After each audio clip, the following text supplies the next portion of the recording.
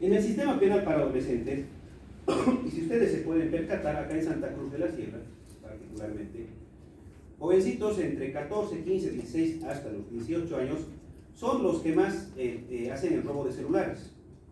Es el número más alto porque en ese promedio es a los que roban a los colegiales y a algunos universitarios de los primeros cursos. Ese es el número más alto que se puede vislumbrar de delitos que se cometen.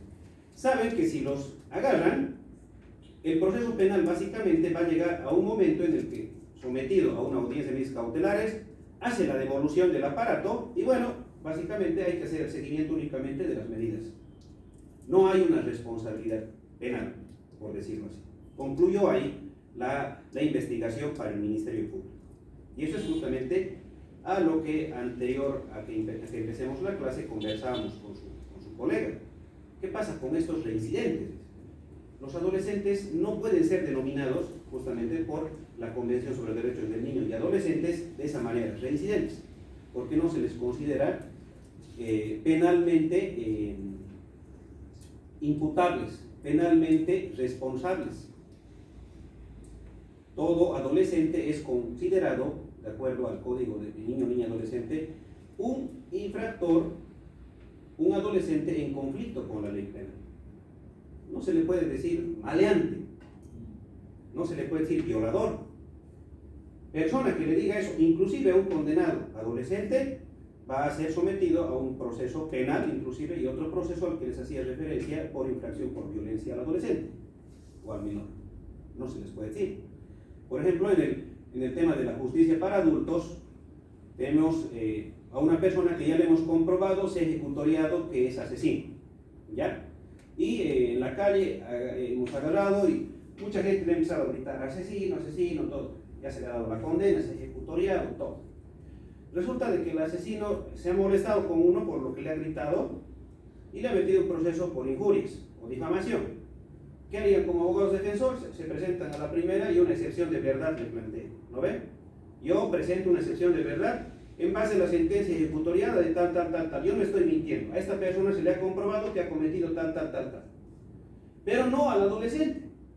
Porque la finalidad, reitero, del proceso penal para el adolescente no es buscar la punibilidad, más bien es traerlo, volverlo a integrar a ese adolescente a nuestra sociedad. Y al adolescente que tenga una sentencia ejecutoriada, yo le digo de asesino, digamos, ¿qué delito sería contra mí? Infracción por violencia en comienzo sería, pero no en el tratamiento del proceso penal propiamente dicho. Y también se le podría aperturar un delito de acción privada. ¿Por qué? Porque recuerden que al adolescente tampoco se le registra el antecedente penal, justamente como emergencia de ello. Porque para plantear mi excepción de verdad, yo tendré que adjuntar mi sentencia y tendré que adjuntar el rejarlo de esa persona. No hay. ¿Por qué? Porque no ha sido realmente condenado por un reproche penal íntimamente ligado. Eso es lo que muchos critican. Muchos dicen, pero si hemos seguido un proceso contra esta persona y hemos comprobado su responsabilidad, su culpabilidad, evidentemente han conseguido la acción, han conseguido la tipicidad. El acto ha sido reprochable jurídicamente, la antijuricidad. ¿Hay una culpabilidad con el adolescente? Sí, evidentemente es culpable de lo que se le ha indilgado en su momento por parte del Ministerio Público. Consecuentemente debe, dice, ponerse a una disposición de una medida socioeducativa o reorientativa para que vuelva a ser parte del Estado. Entonces, ¿qué le está faltando? Ese elemento que nosotros en la jurisdicción común conocemos como punibilidad. Eso es lo que tenemos en nosotros en derecho penal, de manera general, sustantivo para todos los mayores. Punibilidad. A esa persona, con la acción, tipicidad, antijuricidad, culpabilidad, se le ha demostrado el delito, se ha concedido la sentencia y es punible, dice, por ello. Punible, penal, responsable ante la sociedad. Por ello es de que se registra a las personas comunes mayores su antecedente penal. Pero a este adolescente no es que se le haya impuesto una sanción, como concedimos en el derecho penal común ordinario. Se le ha impuesto medidas a esta persona para que se reoriente, para que vuelva a reencaminarse a ese núcleo social. Por eso es de que ahí hay que dialogar justamente y reflexionar de que pese a que el adolescente pueda ser reprochable penalmente, no estoy diciendo punible penalmente, tiene estos derechos. derechos los cuales están consagrados por tratados y convenciones que están por encima de la Constitución Política y también están ratificados por la Constitución Política del Estado. Bien. Doctor, y toda esta política a favor del adolescente en nuestra realidad, Sí. ¿Tiene su fruto? ¿Se ve el cambio? ¿Se ven los resultados? ¿O simplemente un saludo a la bandera? Muy buena pregunta, porque en realidad no se está aplicando la finalidad por la cual se ha creado esta justicia restaurativa. Ese es el verdadero denominativo, justicia penal restaurativa. Inclusive, si ustedes van a poder revisar los manuales de implementación de la Ley 1173, la proyección de la Ley 1173 es tratar de adoptar esta justicia restaurativa en sus buenas prácticas para asimilarlas al derecho penal ordinario. ¿Y por qué le digo no se está dando buenos resultados objetivos? Evidentemente, en la materialización de la norma, es decir, en la Ley 548, por el principio de especialidad de esa norma, sí se tiene un buen avance, vamos a decir, normativo, pero en la práctica no es aplicable. ¿Por qué? Porque se está fallando el sistema de la corresponsabilidad del seguimiento de esos adolescentes. No es solamente la autoridad jurisdiccional, que más adelante lo vamos a analizar, no es solamente el Ministerio Público, no es solamente Policía Boliviana, le decía particularmente los más, o los llamados a hacer mayor trabajo son defensorías, servicios de gestión social.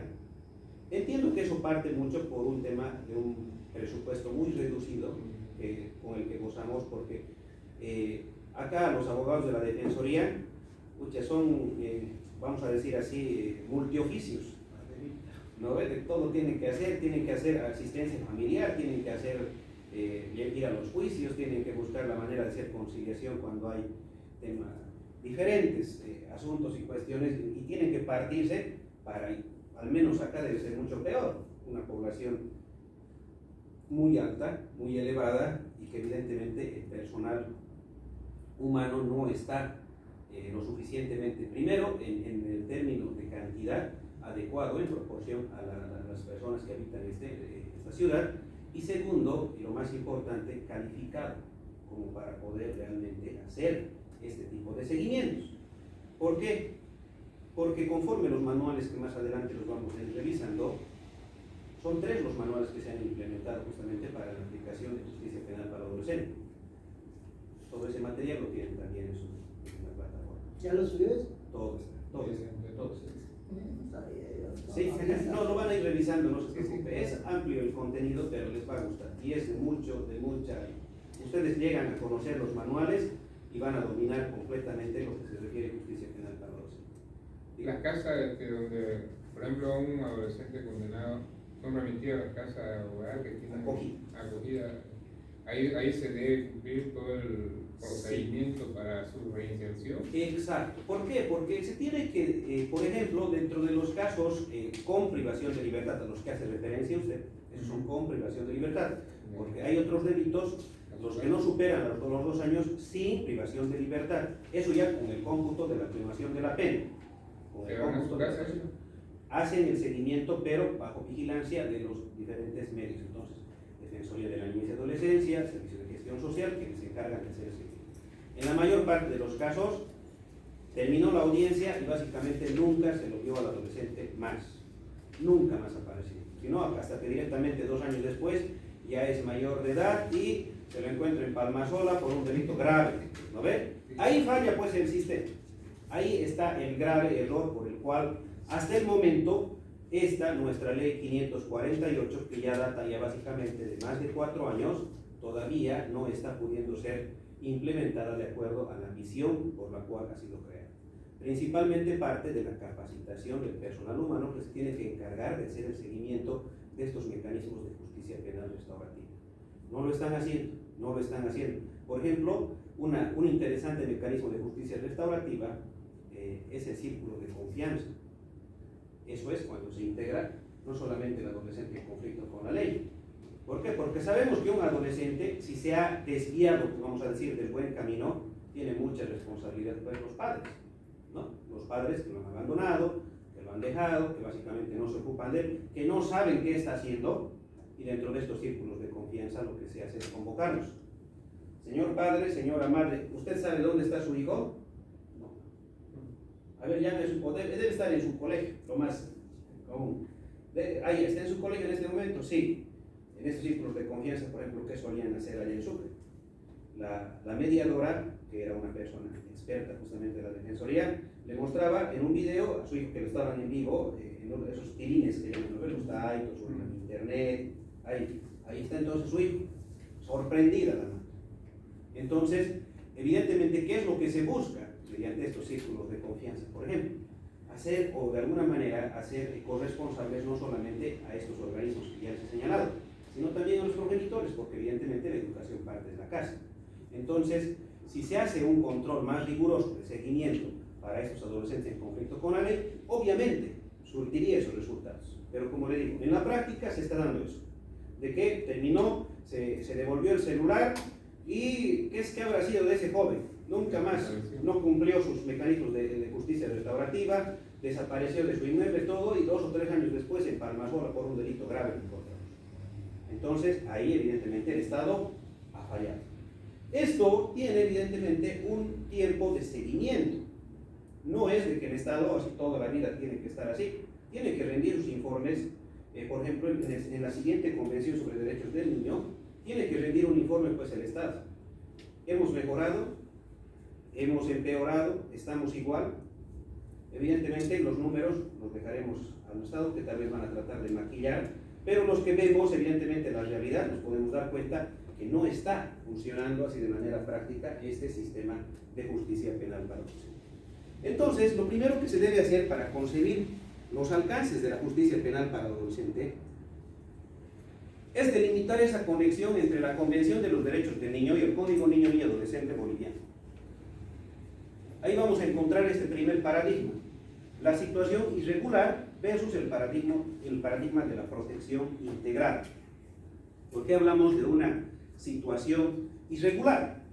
¿Por qué? Porque los niños, adolescentes, toda persona hasta los 18 años, forman parte de un grupo sectario más conocido por los penalistas como un grupo vulnerable, ¿no? Han escuchado ustedes mucho esa palabra. ¿Cuáles son los grupos vulnerables plenamente identificados? Niños, mujeres, ancianos, las personas con discapacidad. Pero nótese que esos criterios son los tradicionalmente vulnerables.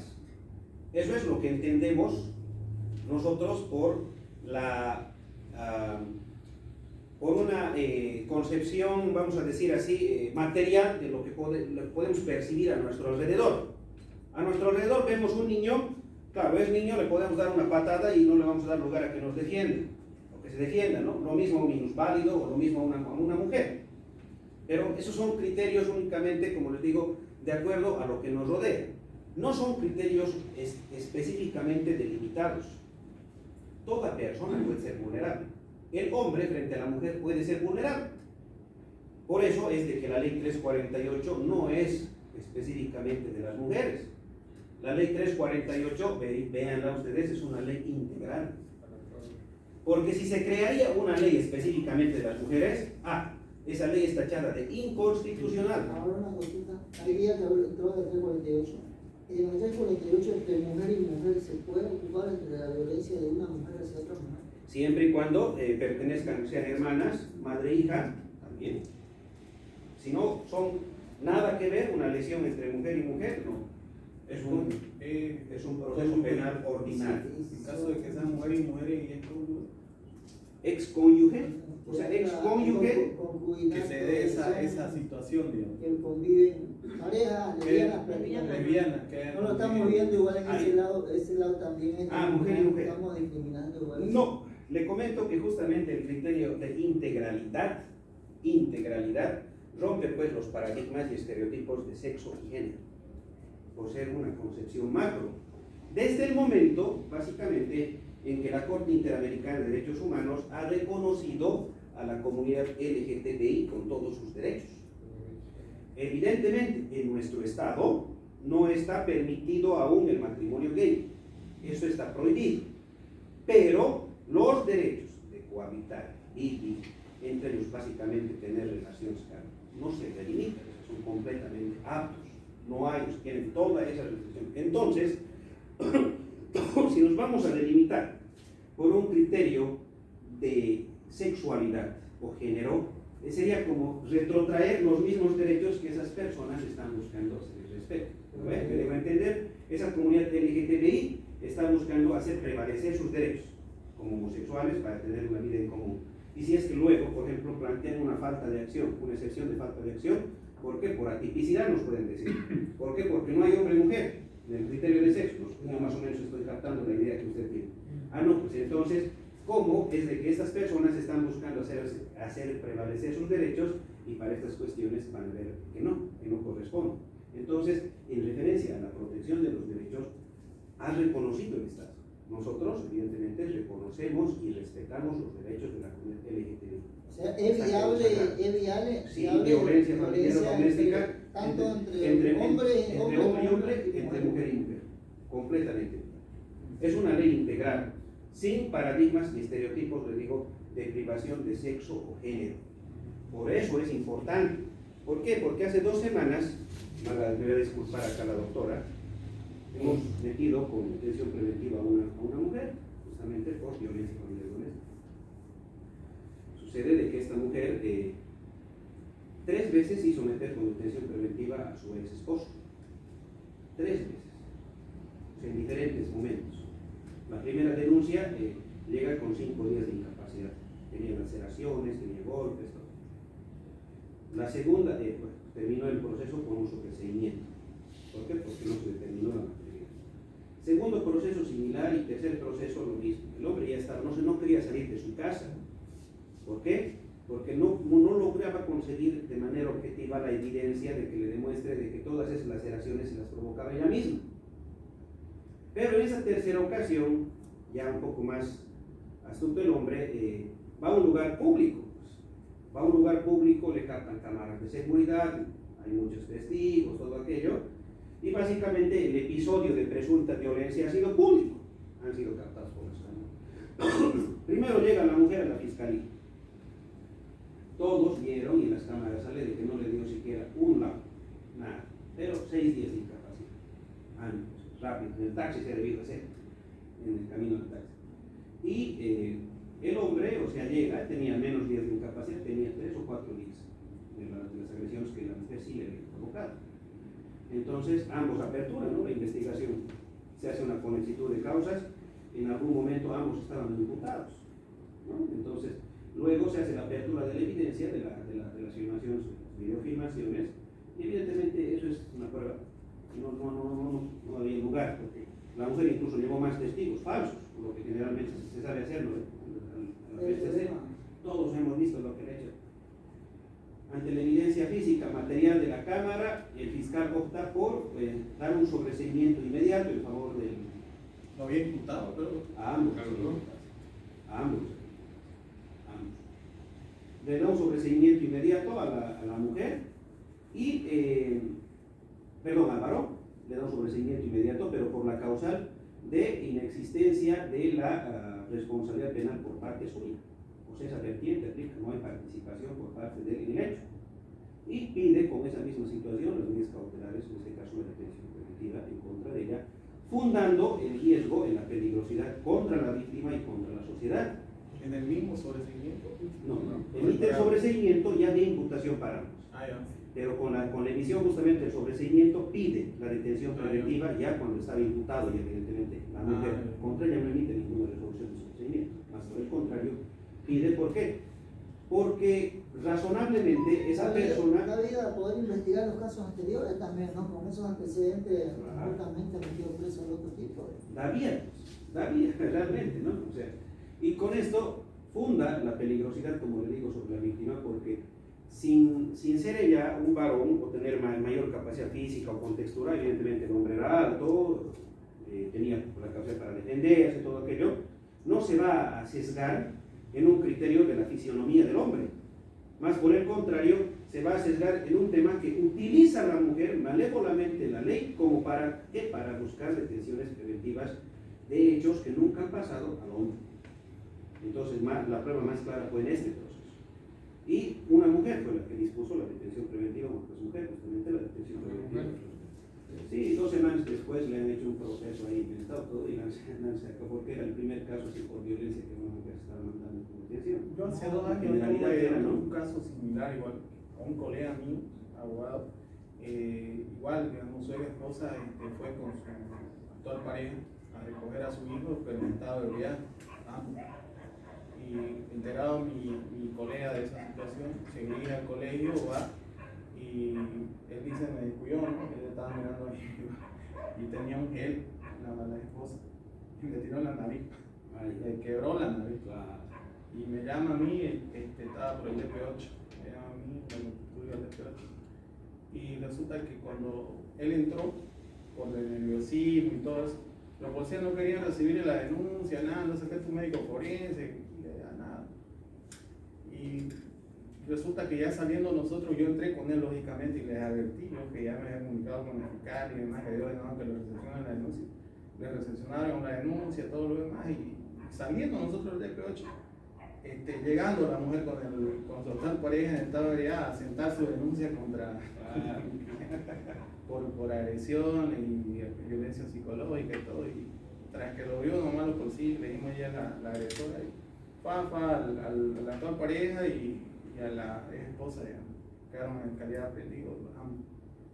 Y posterior a eso, ya como teníamos nosotros, ellos estaban aprendidos, fue a sacarse el certificado médico forense, le dio lo de 30 días de impedimento porque le había quedado. Claro. Y aparte de eso hicimos varios estudios más para sustentar más o menos la lesión.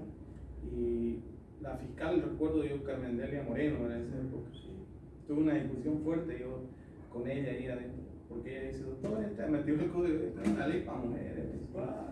Acá lo manejan muy feminista, digamos, ¿no?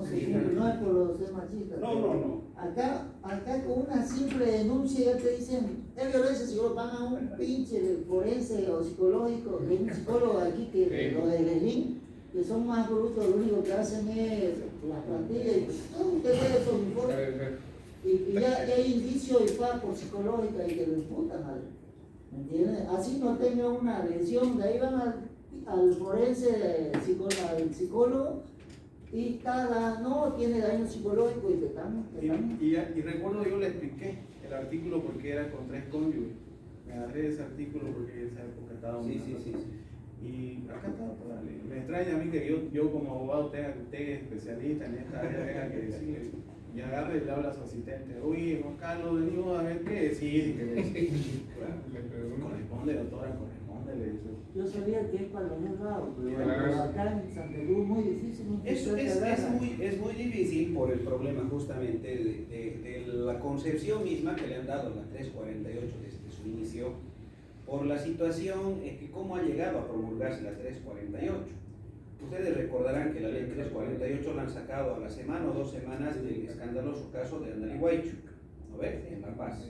O sea, porque toda la población boliviana, básicamente por tema de política de gobierno, se fue a chocar con el presidente. Usted haga algo para ya eliminar el feminicidio, me han dicho, ¿no ven? Sí, claro. Entonces, en 2 patadas que hizo el Estado, o sea, ya, aquí está su ley 348 y todos, bravo, ya, ahí está. Pero cuando una ley, sea cual sea, de alguna manera delimite derechos de otras personas, automáticamente esa ley viene discriminadora, inaplicable. Entonces, es por eso que le han puesto el complemento a esta ley de ser integral, sin paradigmas de sexo ni de género, como le digo. Por eso es previsible. ¿Por qué? Porque nuestra Constitución les da los derechos a las comunidades de poder. Lo único que no pueden hacer es casarse, o sea, civilmente pueden convivir o cohabitar y adoptar hijos. Eso es lo que se les está restringiendo por la declaración de inconstitucionalidad justamente que ha habido contra algunos artículos de la ley de identidad de género, ¿no? Que esa ha sido la ley que ha promulgado y donde se estaba dando esa vía.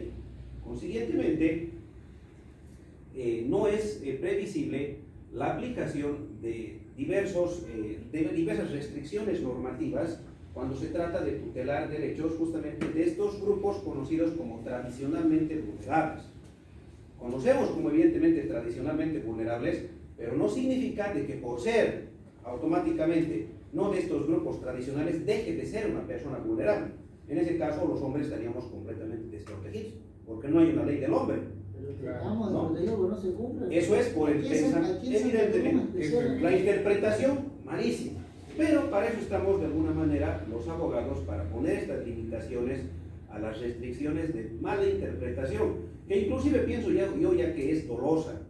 En algún momento se habrá en la promulgación o la entrada en vigencia de esta ley, se habrá tratado de cuestionamientos, por ejemplo, hasta el 2013, 2014, ya es previsible, decimos. Pero ya, en el 2015 se empiezan ya a emitir las diferentes líneas jurisprudenciales justamente sobre la integralidad de esta ley, que es para protección de todas las personas, de hombres, mujeres. Pero pese a ello, hay autoridades que han seguido mal aplicando esta norma y ahí ya ingresa el criterio pues de dolosidad. Cuando deja de ser por culpa, por negligencia o por desconocimiento, por imprudencia, cuando yo ya sé que puedo aplicar esta ley de manera integral para un hombre y no lo hago, ya estoy actuando dolosamente. Incumplimiento de deberes, prevaricato, resoluciones contrarias a la ley y a la Constitución, procedan. Denuncia al fiscal en la vía disciplinaria, procede. Impugnación contra las resoluciones que el fiscal saque en ese entendido, bajo esa cosmovisión tan retrógrada, impugnaciones procedan también por el mecanismo de la objeción, porque la objeción en el Ministerio Público es aplicable para providencias, meros decretos, hasta para resoluciones fiscales. La objeción es un instituto grande en materia del Ministerio Público. Y terminada la objeción, si es que el fiscal departamental más les llega a confirmar esa su errónea interpretación normativa del fiscal inferior, se apertura, porque ustedes saben que al momento de la presentación de todo el inicio de investigación ya tenemos un control jurisdiccional. Se apertura la vía incidental de vulneración de defectos absolutos ante el juez contralor de garantías, porque ese juez me va a amparar la posibilidad de que yo tengo como víctima un derecho a la tutela judicial y efectiva, por ejemplo. Entonces, por esa vía podré recurrir para dejar sin efecto esas resoluciones fiscales.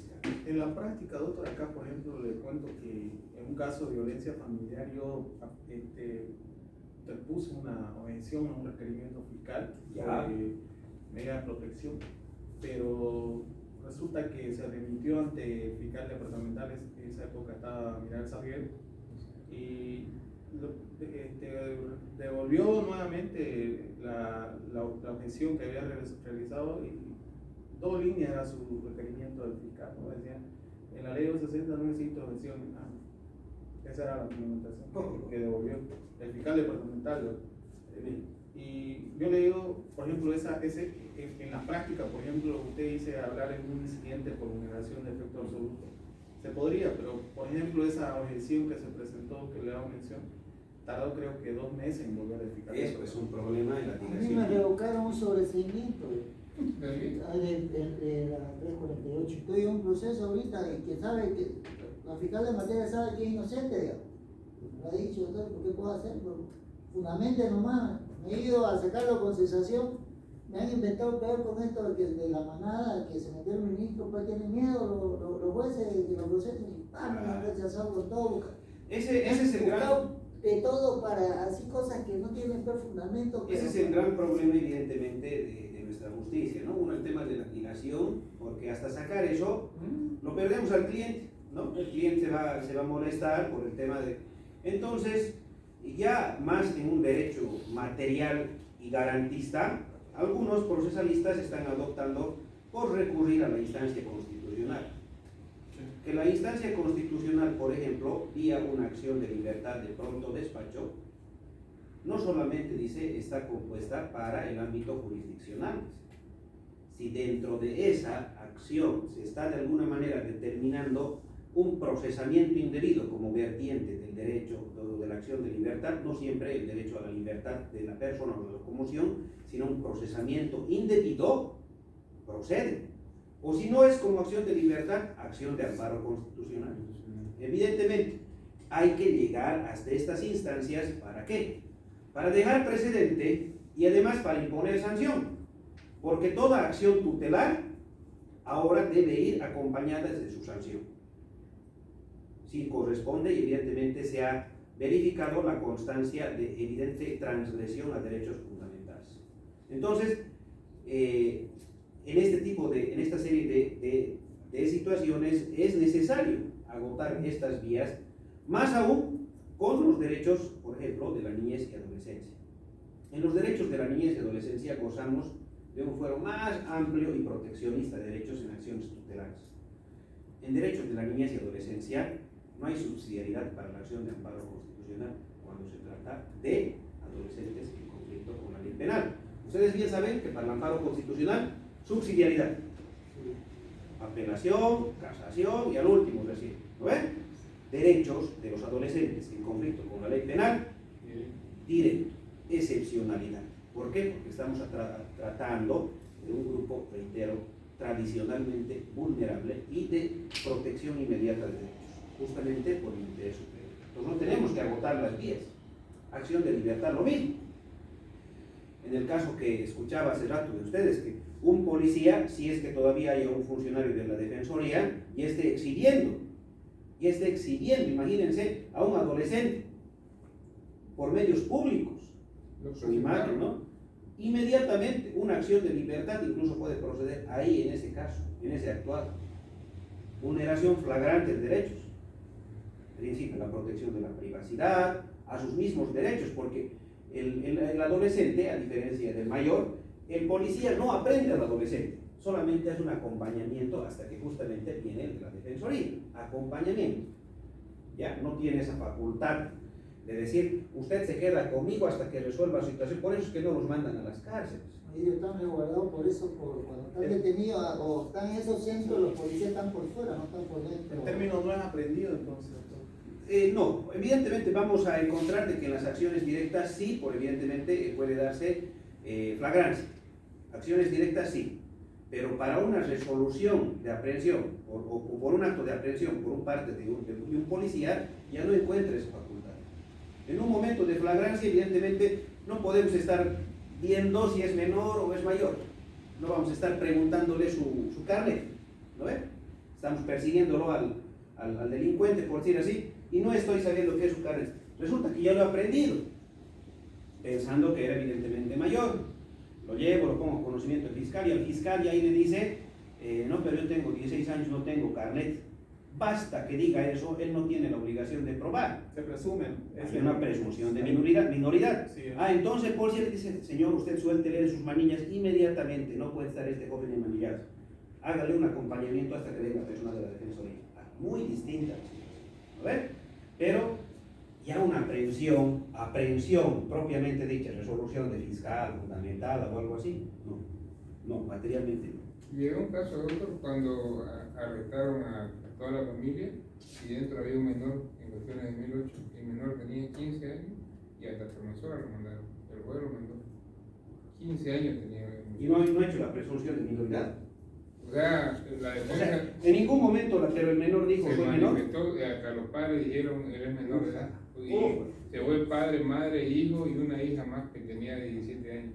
Resoluciones contrarias a la ley, prevaricato y Doctor, cumplimiento de leyes. en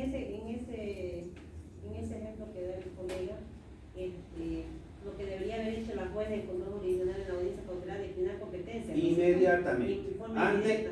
Ante el simple hecho del tema de que los padres mismos le vengan a corroborar. Obviamente, muchos delincuentes por zafar van a decir, tengo 15 años. Tengo 15 años, van a decir muchos delincuentes por zafar. Entonces, ahí aplicaremos un criterio de razonabilidad. Resulta ser un tipito que incluso ya parece de unos 30 años y me dice que tengo 15 años. Ya. Para mejor proveer, antes de dictar una resolución en el fondo, para mejor proveer, y ahora a nivel nacional están implementados los sistemas del SEGIP de manera inmediata. Cuando no había este sistema implementado del SEGIP, para mejor proveer, se comunica a sus padres, se traiga alguna referencia de sus carnet o de sus seguridad. Y si al final de cuentas el fiscal no podía proporcionar nada de esos documentos mínimos, tenía que haber la presunción de minoridad. Debió haberse aplicado la presunción. Y con relación a lo que menciona, por ejemplo, ayer estuve en la FCC La Pampa por un caso, y escuchándolo a los policías hablar, menciona de que había una persona que había mandado por Amazonas, que se llama Juan Pérez, digamos, fue por Juan Pérez, y acababa de venir su madre y le llamaba Juan Pinto, ya. Ah, Y luego decía, la bacana, ya su problema, pues sí, ¿para qué le da nombre falso? Pero el tipo fue como Juan Pérez, Juan Mazola. normalmente hacen eso, ¿no? Y al final de cuentas ya se ha restringido de que sigan enviando mandamientos de condena o detención preventiva sin las generales de ley, porque se hace un acompañamiento. Ahora se tiene el sistema entrelazado, al menos en capitales de departamento, se tiene el sistema del CEGIP entrelazado. Anteriormente era un grave problema, sí, pero carga de la prueba siempre el Ministerio Público. Quiero probar que esa persona es mayor de edad. Aquí está su certificado. Yo tengo la potestad, tengo el poder. Me puedo ir inmediatamente al CEGIP con mi requerimiento y le pongo ahí de entrega inmediata por la gravedad del caso. Le presento. Usted ha leído las líneas de abajo de entrega inmediata, le estoy obligando, soy fiscal de materia. Ya, la disculpa, señor fiscal, aquí está. Evidentemente es menor. Hay una situación grave. No estamos ante una situación, por decirlo, de severa naturaleza, porque esa denuncia de ese menor, si es que ha sido enviado a un recinto penitenciario para mayor, puede llegar hasta la última instancia, que es primero la Comisión Interamericana de Derechos Humanos y luego hasta la Corte Interamericana de Derechos Humanos, sin abogado. Solo el hecho de que el menor se vaya a quejar, se le va a asignar un presupuesto y un abogado a ese menor para verificar la existencia de la vulneración de sus derechos como menor.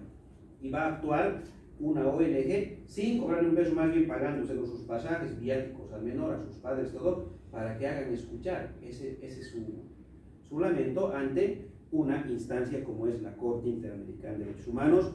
Consiguientemente, ¿quién es el que sale perdiendo de eso? El Estado. Las sentencias donde se sanciona al Estado económicamente, drásticamente. Sí. Ahora Ha visto, va a tener que pagar lo de los padrinos, pues van a tener que pagar y ahora va a tener que hacer acción de repetición. Para el día de mañana le voy a traer a ver algunas sentencias de la Corte Interamericana, justamente en fondo de reparaciones, que va a ver que mínimamente ostentan entre $100,000 y más. ¿Se ha visto casos así de esa naturaleza? En Bolivia tenemos algunos casos, no vinculados con menores de manera directa, pero sí contra vulneraciones de derechos. Creo que sacó pues cuando estuvo preso, ¿no? También salió y evidentemente el Estado es el que tiene que pagar esto, y luego el Estado no se queda de brazos cruzados. El Estado tiene la obligación de que ese dinero no lo pierda, le hace el proceso o la repetición a los jueces que han hecho ese error. Doctor, y en la práctica, ¿qué tiempo dura ese Es lo más. Solamente en admitirse, tarda a veces un año. Tarda a veces un año solamente en admitirse.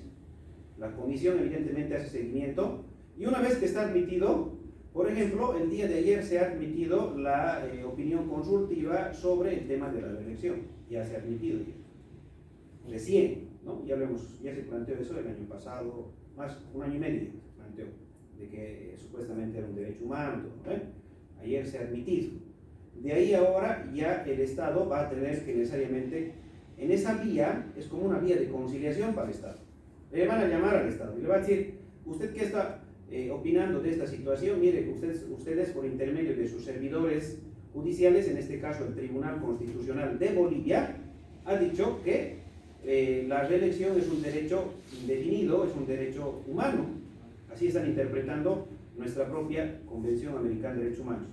Y al Estado, por intermedio justamente de sus cancilleres y todos les van a decir qué es lo que nos van a decir a su favor. Evidentemente ha cambiado la coyuntura, Ahora van a ir a decir, queremos conciliar, no queremos por favor llegar hasta las últimas. Directamente el Estado se va a declarar responsable y vamos a hacer algunas consideraciones para que se deje inmediatamente sin efecto eso. Entonces, como ya se ha causado un daño, el Estado va a volver con esa resolución y le va a decir, ustedes han hecho la pérdida, creo que se perdió más de $1 millón en las elecciones, ¿no? Sí. Mucho más. Se perdió tiempo, se perdió vidas inclusive con todo eso. Todo eso lo van a materializar y les van a seguir un proceso a quienes han creado esa situación. ¿Quiénes? El Tribunal Constitucional. Ellos, claro, ¿no? Ellos. Entonces, evidentemente toma su tiempo, pero al final y a la larga se consigue esta serie de, vamos a decir, victorias por la por precautelar los derechos humanos universales. Toma su tiempo. Lo bueno es de que en el caso de niños le asignan las ONGs y la misma Comisión Interamericana el patrocinio gratuito, el acompañamiento incluso. Se lo van a pagar viáticos, pasajes hasta Washington, todo, a sus padres más. Pero no se ha visto que no ha habido vulneración propia. El año pasado llegó a Sucre, le comento, una comisión justamente para un periodo de sesiones de la Corte Interamericana de Derechos Humanos. Se ha desarrollado. Durante ese periodo, aproximadamente a nivel nacional se han aparecido 200 personas particulares a hacer escuchar sus quejas. De esas quejas, unas 10 han recepcionado la comisión. Entre esas estaba la de un adolescente justamente que había sido privado de su libertad. Eso va a tener también su admisión y va a seguir nomás su procedimiento. Y cuando se detiene preventivamente a un extranjero menor de edad, también ellos pueden invocar estos ahí es peor, porque no solamente se va a transgredir un derecho humano universal, se va a entrar en un conflicto de diplomacia entre estados. Porque en una ocasión sustancia controlada detuvo a un grupo de personas y entre ellos había un menor de 14 años demostrado con su pasaporte, porque venían a intercambiar vehículos y se llevaban drogas y cabalito lo agarraron de este lado de San Ignacio, viniendo de San Matías, y lo mandaron a Panosola teniendo la Ahí hay un conflicto inclusive de diplomacia que automáticamente su Estado, por intermedio de su Cancillería, ya debió haber hecho, o tal vez ya ha hecho. Generalmente este tipo de denuncias contra el Estado no se las publican. Deberían ser noticias, ¿no ve? Que todos deberíamos estar conociendo cada día. Sin embargo, es pues una pérdida evidentemente para el Estado, o sea, ya su aparato de abogados y todo lo que tiene, por justamente defender los intereses del Estado. Por eso es que se quedan de manera directa en la página de la Corte Interamericana de Derechos Humanos. Y ustedes van a ingresar a la Corte Interamericana de Derechos Humanos, van a revisar Bolivia. No es la única, hay varios casos contra Bolivia. El Estado más sancionado es Venezuela, pero Venezuela lastimosamente le está valiendo porque ya se ha separado básicamente del organismo de los países justamente que está precautelando los derechos humanos, pero que tiene una infinidad de sentencias y denuncias que le han condenado a Venezuela tremendas. La resolución que emitió la ONU sobre el exalcalde o alcalde Legue, no sé si ha escuchado. No he escuchado. Él establece que la resolución de la ONU dispone que las autoridades de los órganos estatales dispongan su inmediata libertad y su presunción de inocencia. Si es la ONU, no es el ente competente. Eso es lo que no es el ente competente. La Organización de Naciones Unidas disgrega, porque esa es una organización a nivel mundial, diferentes sistemas de protección de derechos. Nosotros estamos dentro del sistema interamericano de derechos humanos. El sistema europeo, el sistema anglosajón, que es muy aparte, el sistema australiano también hay, el sistema asiático también hay. Entonces, es como que la ONU únicamente les apertura la competencia a los otros para que ellos sean las máximas autoridades dentro de sus estados los cuales emanan y que tengan de manera directa correlación o tratado de reciprocidad. Pero no, como le digo, no es un ente que la ONU puede ordenar a un estado de manera directa, como esa competencia sí la tiene la Corte Interamericana. La Corte Interamericana ordena a los estados. Pero le digo, ¿cómo son las sanciones que puede devenir la Corte Interamericana? Desde económicas hasta llegarse a apartar de convenios y tratados, que eso es lo que ha pasado con Venezuela. A Venezuela le han empezado a seguir la Corte Interamericana varios casos por lesiones flagrantes, evidentemente, a derechos universales. Se han hecho desaparecer personas, ha habido esclavitud, ha habido masacre, todo ha habido en Venezuela. Entonces, el Estado, la Corte ha empezado a sancionar a Venezuela. Y Venezuela no estaba cumpliendo las consideraciones que la Corte emanaba en sus fallos. Consiguientemente, eso ha puesto a conocimiento de organismos supranacionales más grandes como la ONU. Entonces, mediante ello, se le empieza a descartar de tratados y convenios internacionales que le puedan favorecer. Esa es una de las causales de los grandes problemas económicos justamente que tiene Venezuela. Está desvinculado de varios tratados multilaterales. Muchos tratados multilaterales Venezuela ya no los comparte. Tiene que hacer básicamente tratados bilaterales entre país y país para poder sobrevivir. no forma ya, por ejemplo, de la Comunidad Andina de Naciones, no forma parte del Mercosur, diversos tratados y organismos internacionales de los cuales necesitan su apoyo, ¿no ve? Para los regímenes de libre comercio, transitabilidad, etcétera, de los cuales se le ha ido disgregando a Venezuela justamente por este tipo de conflictos. Entonces, de esa manera es más o menos que se puede actuar coercitivamente, porque la Corte Interamericana no tiene, digamos, unos 10.000 policías o 10.000 que vengan y invadan al país y digan cumplan. No, es más o menos esta la figura para adoptar el cumplimiento de estas sus resoluciones que son de cumplimiento obligatorio por los estados parte. Porque desde el momento que suscriben cualquier acuerdo, se someten justamente a un tratado multilateral, por esa reciprocidad, ellos se obligan a sus condiciones, al cumplimiento de determinadas condiciones. Entonces, de la misma manera, nosotros estamos circunscritos a diversos convenios en materia de niñez y adolescencia. El convenio más importante en el cual estamos suscritos justamente es la Convención Internacional sobre los Derechos del Niño, ¿ya? Que ella básicamente es la convención que sienta los lineamientos establecidos en todos los ámbitos que tiene que ver el niño, no solamente en materia de justicia penal para adolescentes. Habla en materia de asistencia familiar, habla también en materia de educación, de salud, de vivienda. Básicamente la convención toca diferentes puntos centrales y neurálgicos sobre los cuales debe cada estado parte arraigar o afianzar sus leyes para que de alguna manera puedan cumplir estos procedimientos. Eso es lo que hace. ¿Qué es nuestra Constitución? Si ustedes ven nuestra Constitución, van a encontrar que en nuestra Constitución, básicamente de manera general, todos los delitos ya están tutelados. A ver, váyanse, por ejemplo, al tema de que me han robado. ¿Qué buscaría en la Constitución? Si me han robado, ¿qué busco en la Constitución? ¿Qué se me ha transferido? ¿Cuál es el bien jurídico? La propiedad. Lo encontramos en la Constitución. Toda persona tiene derecho a la propiedad, sea individual o colectiva. Todo. Listo. Me han pegado. Toda persona tiene derecho a la salud, a la integridad física. ¿Ve? Listo.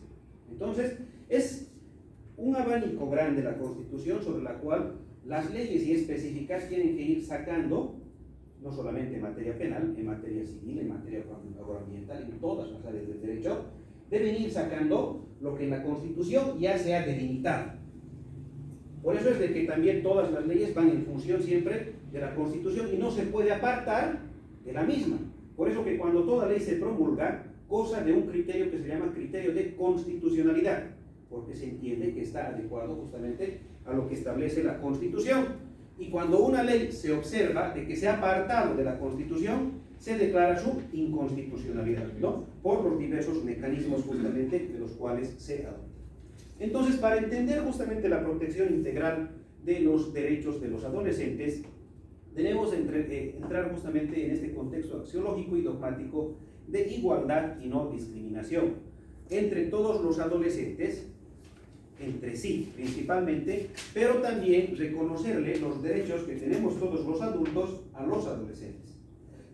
Automáticamente, los adolescentes gozan ya de nuestros derechos. Algunos, evidentemente, por temas de mayoría de edad, no van a ser plenos. Por ejemplo, el derecho político, lo decíamos, se va a adquirir a los 18 años. ¿Cuándo? ¿Por qué? Porque se cree que, al menos de nuestra cultura a nivel nacional, que a los 18 años la persona ha adquirido su madurez emocional, su madurez intelectual. Les decía, a los 18 años la persona va a saber discernir entre qué es lo bueno y lo malo.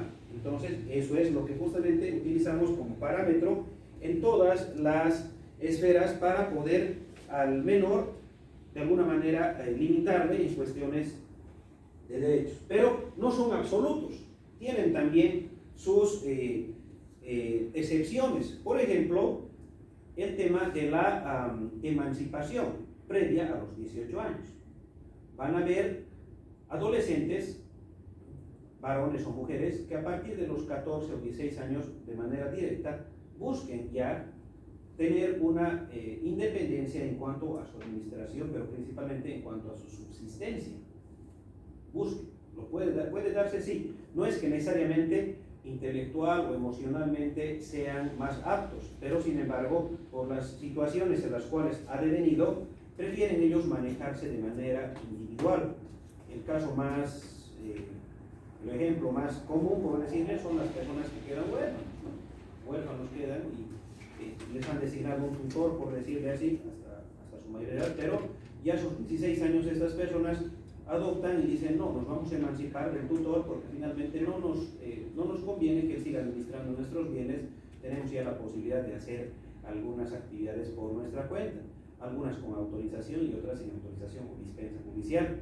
Y hay una emancipación inclusive natural, la que es por los vínculos del matrimonio, que puede ser previo a los 18 años, evidentemente sí puede ser previo a los 18 años. Tienen un hijo y ustedes van a ir a las comunidades básicamente desde los 14, 15, 16 años, es muy común ver eso. Será su cosmovisión o su situación, pero ellos entienden de que la fuerza de trabajo ya les ha hecho adquirir suficiente madurez emocional y consiguientemente ya tienen estos derechos. Pero en materia penal está delimitada la figura por los criterios específicos de edad. En materia penal no vamos a aplicar excepciones como en materia familiar o en materia civil. Vamos a aplicar a rajatabla lo que establece el término de la edad. Previamente a la modificación o la implementación de la ley 548, la edad para la cual una persona o un adolescente sea perseguido penalmente era 16 años. ¿Ya? Esa era la primera figura que se habría establecido. Pero ahora se ha ampliado ello a los 14 años. Entonces, además de los derechos reconocidos ya para todas las personas, los adolescentes gozan de estos derechos especiales. El interés superior del niño. Este interés superior, básicamente, del niño o adolescente, es un principio, es una garantía, es un derecho. Es como una trigonomía, justamente, de diversos derechos por los cuales debe ser concebido de manera amplia. ¿En función a qué? A que toda institución estatal que en algún momento, o privado, que en algún momento esté bajo su cuidado un menor o un adolescente, o tenga que definir algo sobre ese menor o adolescente, debe siempre precautelar, velando sus intereses de él, no de la sociedad. Entonces, esa es la primera situación que tenemos que meternos a la cabeza para concebir en qué consiste el derecho penal para el adolescente. Al juez le estamos obligando a darle lo más favorable a ese adolescente en conflicto con la ley penal. No se le restringe por el hecho de que de alguna manera haya cometido, por decir, alguna transgresión, un delito de robo, hurto o hasta una violación, un adolescente contra una niña. No le estoy automáticamente restringiendo de ese interés superior que él tiene. ¿Por qué? Porque ya hemos entendido durante la primera parte justamente de la exposición que no se va a buscar el fin de la punitividad dentro del derecho penal para el adolescente. Entonces, voy a como juez tratarle de alguna manera de centrarlo como un sujeto de derechos, no como un objeto de derechos al cual tengo que ayudarle, tengo la obligación de sacarlo de esa situación mala en la que se encuentra en este momento y reencaminarlo a la sociedad. También el principio, en todo caso, de la autonomía progresiva de la voluntad. Esto les digo, ¿por qué? Porque el paradigma con la implementación de nuestra Constitución Política del Estado, y ya materializado con el Código Niño y Adolescente, anteriormente al adolescente o al menor se lo tenía como un objeto de derechos, no como un sujeto de derechos. Ya era un objeto de derechos. ¿Por qué? Porque básicamente no se le daba de alguna manera la posibilidad de que él pueda ser oído. Se trataba de alguna manera de precautelar sus derechos en función a lo que yo pensaba del que le podía ayudar, pero nunca escuchar lo que él realmente quería o que realmente le interesaba, o en el caso de materia penal, por qué es que habría cometido determinado delito. Y ello, como les digo, vinculado de manera directa a ese derecho a ser escuchado. Para toda determinación. Es por eso de que al adolescente no solamente se lo escucha en la adolescencia en conflicto con la ley penal, no solamente se lo escucha en el juicio, se lo escucha inclusive antes, por intermedio de los informes psicosociales. informes psicosociales necesarios e indispensables inclusive para una primera resolución. ¿Cuál es la primera resolución? La imputación formal, ¿no? O sea, la imputación es la primera resolución en materia penal que se le da a una persona que está siendo procesada.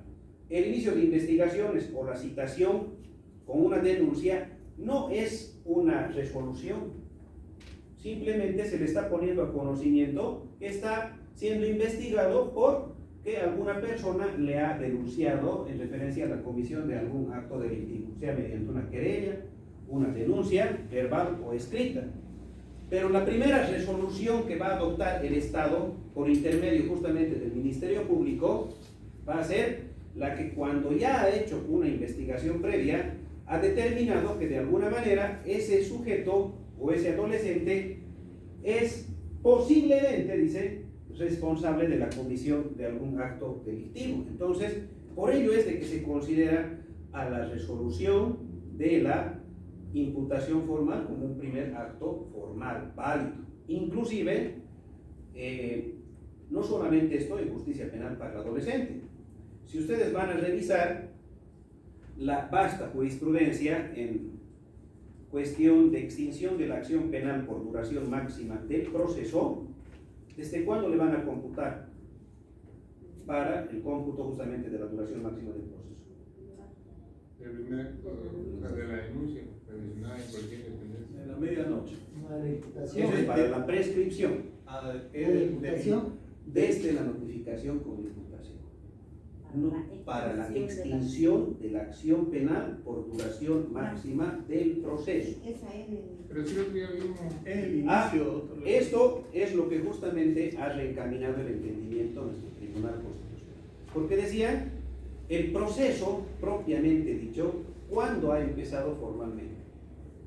Con esta primera resolución, porque esta simple denuncia o esta simple querella era el conocimiento apenas de que se está investigando por determinada situación jurídica.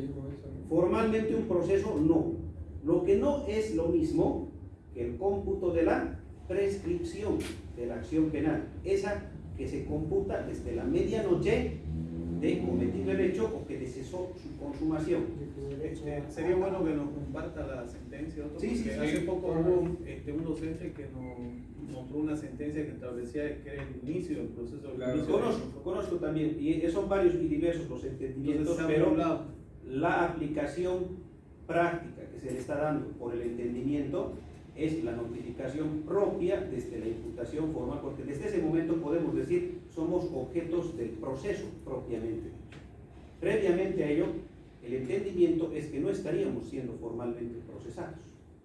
Ese es el entendimiento. Pero como les digo, les voy a facilitar la línea de jurisprudencia. Pero durante la etapa preliminar, doctor, cuando un denunciado, que incluso el código dice de momento que se le atribuye la comisión de un hecho en una sede, pues es imputado, digamos, el término imputado. No se considera procesado. Claro, pero el término se le llama imputado, ese es el momento formal por la misma interpretación de la imputación que se le da. No, pero hay un artículo específico que establece que el momento que una persona sea acusada o sindicada de un hecho delictivo en una sede policial o fiscal, esté considerado imputado. ¿No? ¿Está considerado imputado? Claro. O sea, ya, Es imputado, el término es imputado. Incluso. Bueno, y yo parto más del tema de la misma interpretación de la palabra imputado. Si me están diciendo imputado, es de que me han hecho una imputación formal previa. Mientras tanto, tendría que ser denunciado o sindicado, ¿no? Le digo esto, O investigado. le digo esto porque incluso en una audiencia de declaración, Sí. tuvo una abogada donde tuvo una discusión con un fiscal de acá, donde el doctor le dijo que pase el imputado. Y la abogada y se jaló los cabellos y dijo, no me lo llame imputado, mi cliente no ha sido, si no hay imputación. Lea el artículo tanto que ahorita no lo tengo a mano, pero ahí establece que desde el momento de la sindicación de un hecho delictivo a una persona ya el término sí es imputado.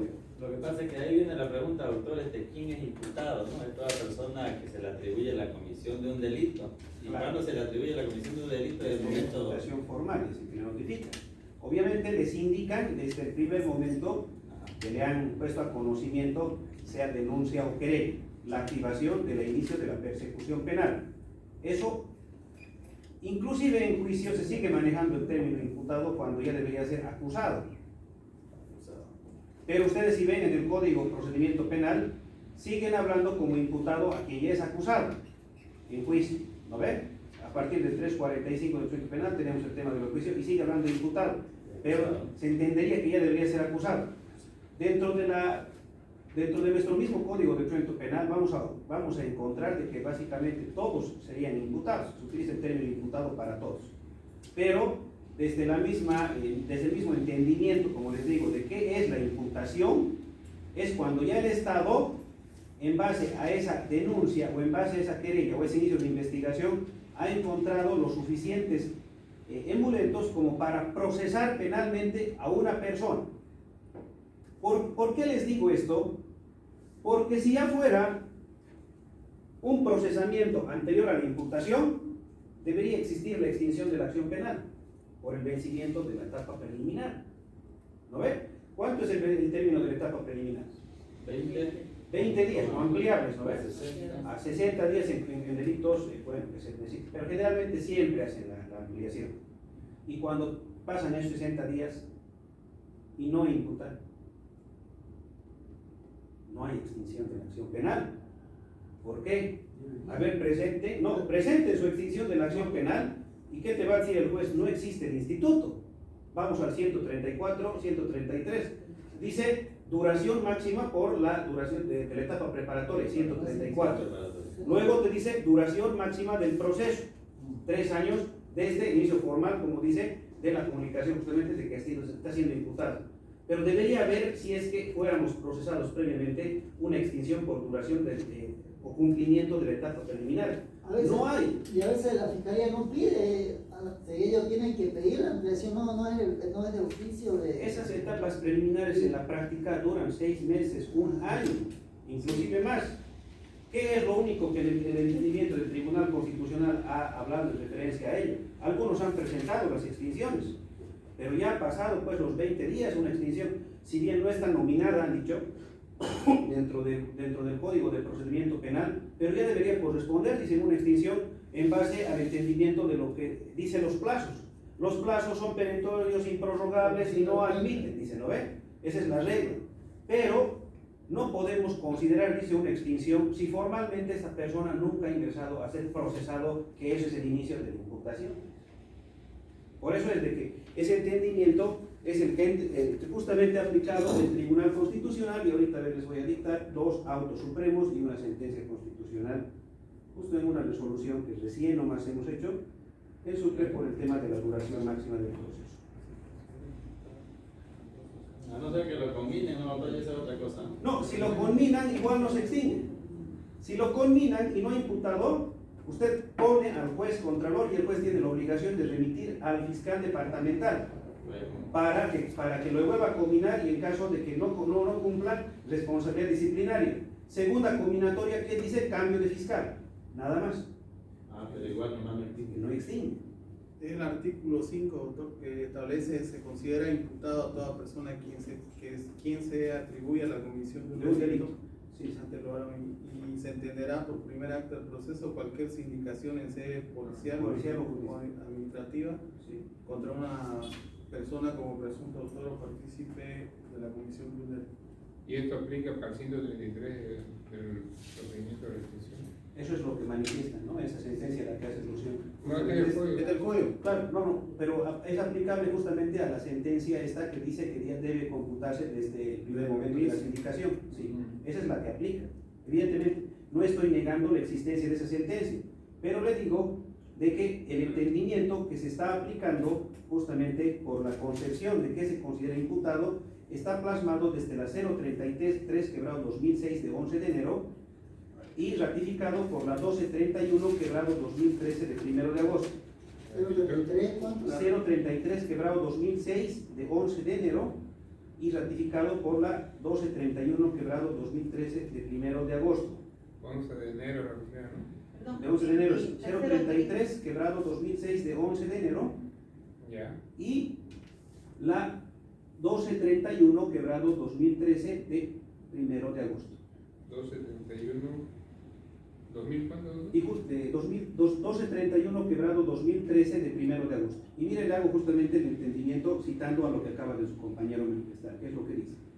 Por su parte, el artículo 5 del Código de Procedimiento Penal dispone que se entenderá por primer acto del proceso cualquier indicación en sede judicial o administrativa contra una persona como presunto autor o partícipe de la comisión de un delito. Por consiguiente, considerando dicha normativa, el cómputo de los 3 años de duración del proceso previsto en el artículo 133 se computa al primer momento de las indicaciones efectuadas en sede judicial o administrativa con una persona como presunto autor o partícipe de la comisión de un delito. En consecuencia, para computar la extinción de la acción penal por el transcurso máximo del plazo previsto por el artículo 133, es necesario considerar lo manifestado, y ahí es justamente cuando empieza su modulación, que por otra parte la sentencia 1231, quebrado 2003 de 1 de agosto, entre otras, hizo una interpretación del artículo 112 de la Constitución a la luz de la extinción de la acción penal por vencimiento del plazo máximo de duración del proceso, precisando, al efecto establece que el artículo 7.5 de la Convención Americana sobre Derechos Humanos reconoce que toda persona tendrá derecho a ser juzgada dentro de un plazo razonable o ser puesta en libertad, y el artículo 8.1 de la misma norma internacional determina que toda persona tiene derecho a ser oída con las debidas garantías y dentro de un proceso razonable, dentro de un plazo razonable por un tribunal competente, independiente o imparcial establecido con anterioridad.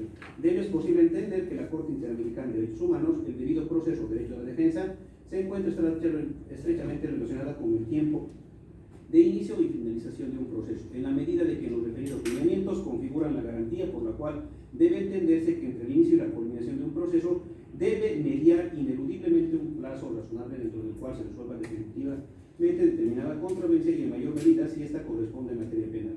No obstante, la Corte Interamericana de Derechos Humanos ha declarado que el plazo razonable es de difícil definición, lo que involucra apenas precisarlo bajo determinados elementos que permitan concretizar su contenido.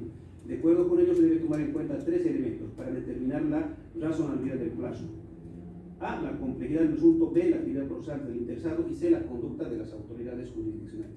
Elemento que necesariamente debe ser revisado bajo un análisis global del procedimiento. De esto es posible colegir que un modo de concretizar el derecho humano al debido proceso es la fijación de un plazo razonable, no siempre disponible en los diferentes ordenamientos jurídicos desde el punto de vista del plazo determinado, pero sí fijado como un parámetro de tiempo definido para el inicio y culminación del proceso. En tal sentido, la Corte Interamericana de Derechos Humanos, a través de la sentencia 12 de noviembre de 1997, dentro del caso Suárez-Rosero versus Ecuador, estableció que el principio del plazo razonable al que hacen referencia a los artículos 7.5 y 8.1 tiene como finalidad impedir que los acusados permanezcan largo tiempo bajo acusación y asegurar que ésta decida prontamente. Considerar que la misma Corte establece que el proceso termina cuando se dicta la sentencia definitiva y firme en el asunto, con lo cual se agota la jurisdicción, y que particularmente en materia penal dicho plazo debe comprender todo el procedimiento, incluyendo los recursos de instancia que pudieran eventualmente presentarse. Se debe entender que la Convención Americana sobre Derechos Humanos establece que el debido proceso impone como regla general que ningún proceso en materia penal debe permanecer abierto en el tiempo de forma indefinida. Eso significa que la referida convención ha proscrito expresa implícitamente que ninguna persona puede ser objeto de persecución penal por tiempo indefinido dentro de un proceso, imponiéndose a los estados suscriptores de la misma convención el deber de ejercer su poder punitivo dentro de los márgenes del principio del plazo razonable. De forma entonces que debe entenderse que el plazo razonable presenta un principio fundamental del sistema interamericano de derechos humanos, cuyo sustento se encuentra el derecho al debido proceso, pero sin dilaciones. De ahí es posible sostener que el plazo razonable en su contenido integral se configura como una garantía que condiciona la actividad jurisdiccional del Estado en el desarrollo temporal del proceso, el que debe desenvolverse con seriedad atendiendo a las particularidades y complejidad de cada caso concreto, cuyo análisis da lugar al plazo considerado. En sentido teológico de la extinción de la acción penal por vencimiento del plazo máximo de duración, permite que la misma opere como un modo directo de concretización explícita del derecho al debido proceso, pues responde precisamente a lo que el derecho tiene toda persona de ser juzgado dentro de un plazo que impida que el procesado o acusado permanezca de forma indefinida bajo acusación y persecución penal. Por consiguiente, la extinción de la acción penal por vencimiento del plazo procura garantizar el ejercicio propiamente de la acción penal. Por ello, el artículo 133 establece que todo proceso tendrá una duración máxima de 3 años, contados desde el primer acto del procedimiento, y que debe el juez declarar la extinción de la acción penal. Asimismo, la disposición transitoria dispone que los procesos a tramitarse conforme al régimen procesal anterior, deben concluir en el plazo máximo de 5 años computables a partir de la publicación del procedimiento penal y se declara el ejercicio penal. Ahora, el 112 determina los delitos cometidos por servidores. Eso es del tema de los servidores públicos. En estos supuestos legales no solo se encuentra la extinción de la acción penal por vencimiento del plazo, en otros se hace presente la extinción de la acción penal por prescripción y la extinción de la pena también por prescripción. Todos estos supuestos, incluyendo la extinción por vencimiento por duración máxima del plazo, deberán computarse hasta el día siguiente formal, dice, al ejercicio de la acción penal, o en su caso inhabilita la posibilidad de ejecutar la pena. Ese es su entendimiento que le emite este entendimiento. Que realmente, o sea, si nos vamos al criterio más favorable, tendría que ser lo que su compañero Luce, ¿no? Este es el problema que, por ejemplo, mencionaba el doctor Teodoro Villegas, que es magistrado por este departamento, que tanto en la Corte Suprema, el Tribunal Supremo de Justicia y el Tribunal Constitucional, no hay paridad de uniformidad en cuanto a la jurisprudencia, digamos, ¿no? Porque da que los juicios, la audiencia, uno se va con su boleazo de sentencia, otro Supremo, Sí, pues sí. y la otra parte, la parte contraria, lo mismo, pero que dicen lo contrario. Lastimosamente en la práctica, le digo, querido colega, se está adoptando la que yo le estoy diciendo. Pero si nos vamos a la interpretación de lo más favorable, siempre al imputado tendría que aplicarse el entendimiento desde el primer momento de la sindicación. ¿Ya? ¿Y qué sentencia, por ejemplo, nos habla de la interpretación más favorable? La 2233, quebrado 2013. Esa, por ejemplo, les va a servir a ustedes como 2233, quebrado 2013. ¿De qué fecha será? Ahorita se la voy a... Favorabilidad. 2233, quebrado 2013. ¿Ya? ¿Por qué? Porque básicamente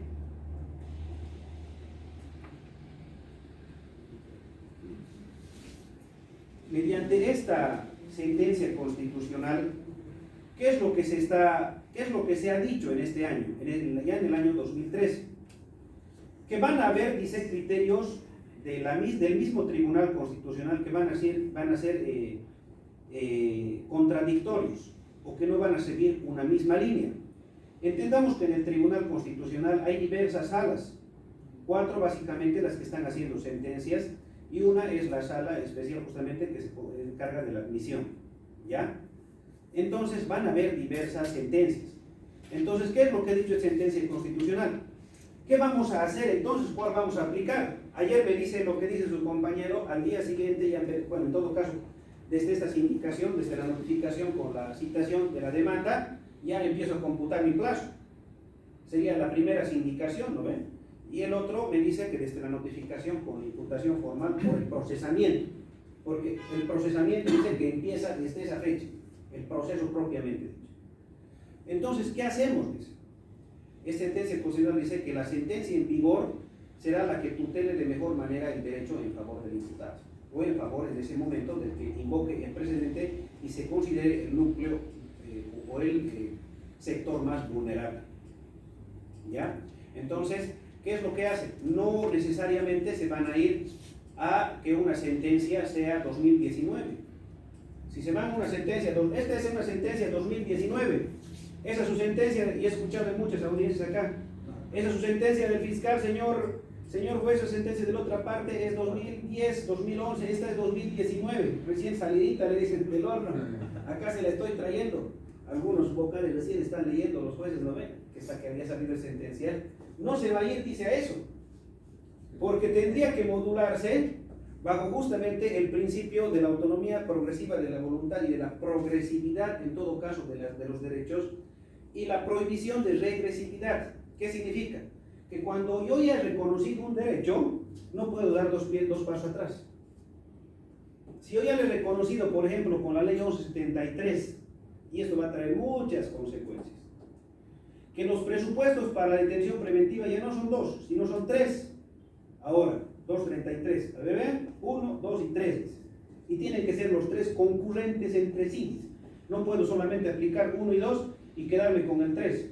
La anterior semana justamente vine acá al diplomado y estaba dando justamente puro materias cautelares vinculadas al 1173. Y me dice su colega, un estudiante, doctor, sigue la materialidad, no he ido a desvirtuar la materialidad, pero ya he desvirtuado los riesgos procesales, es decir, nos hemos quedado sin el 233, numeral 2. Pero la juez ha desvirtuado el riesgo procesal, pero ha dicho que sigue concurriendo la materialidad del 233.1 con el 233.3 en referencia al plazo, porque el 233 te dice, fijará un plazo razonable en el cual se adoptará esa medida, en base a criterios de necesidad y proporcionalidad. Y la juez le había dicho, evidentemente, ya no tiene riesgos procesales usted, pero está vigente el plazo, le había dicho. Está vigente el plazo porque le hemos dado 3 meses y recién ha pasado un mes. Eso dice que tiene que ser concurrentes los 3 presupuestos. Uno de los 3 quiebra y automáticamente desaparece la detención preventiva. Porque si la finalidad por la cual estaba haciendo la detención preventiva, uno es el requisito material, ¿no ven? O sea, la probabilidad de autoría. 233.1. Y el 233.2 son los peligros de fuga u obstaculización. Ese es un requisito procesal.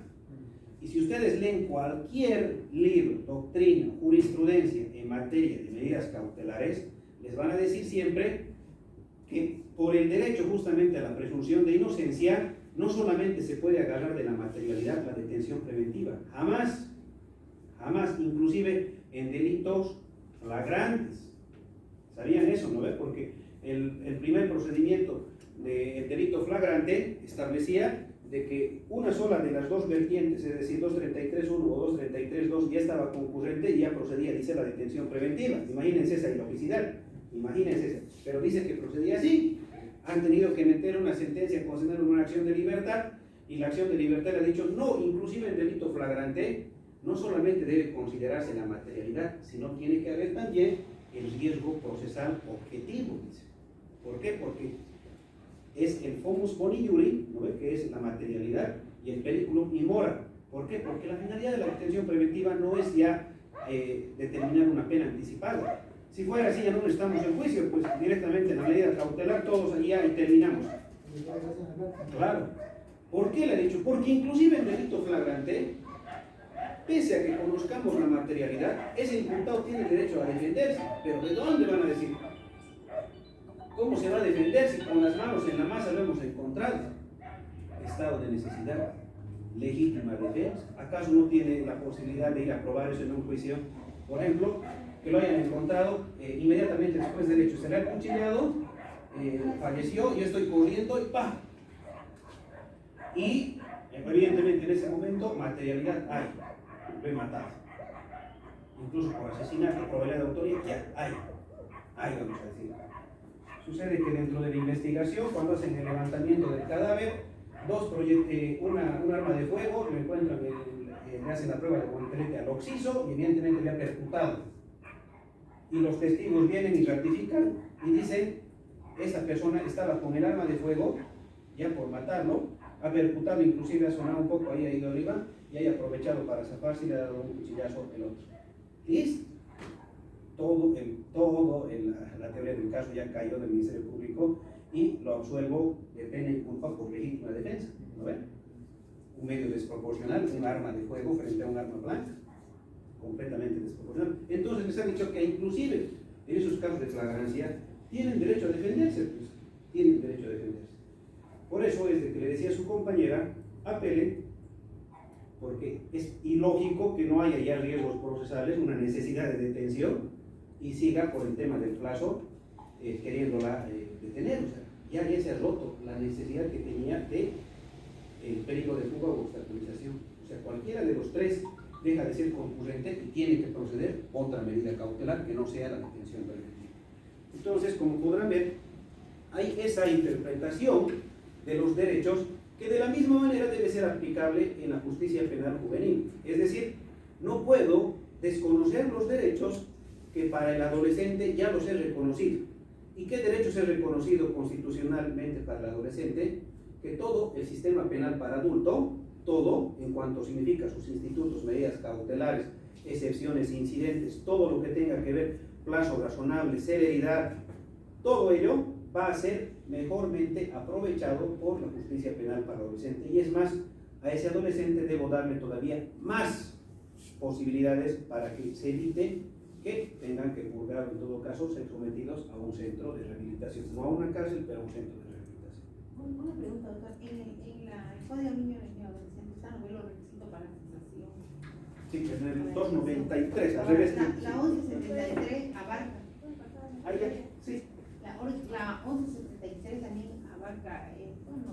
Ya, eso es justamente lo que me voy. Por eso les decía, La 1173 lo vamos a toda ley sustantiva o adjetiva en materia penal que tutele de mejor manera derechos que puedan favorecer a un grupo preferente. ¿Qué es lo que tiene que hacer usted ahí en esa audiencia? Evidentemente la juez que no conozca o la juez que no sepa bien en materia de protección de derechos humanos y especialmente del adolescente le va a decir no, por el principio de la especialidad de la materia, que evidentemente el principio de la especialidad de la materia está consagrado, solamente rige esto, le va a decir. Así que usted circunscríbase a lo que establece. No, como estoy hablando ahora en este mismo momento, de la prohibición de regresividad de derechos.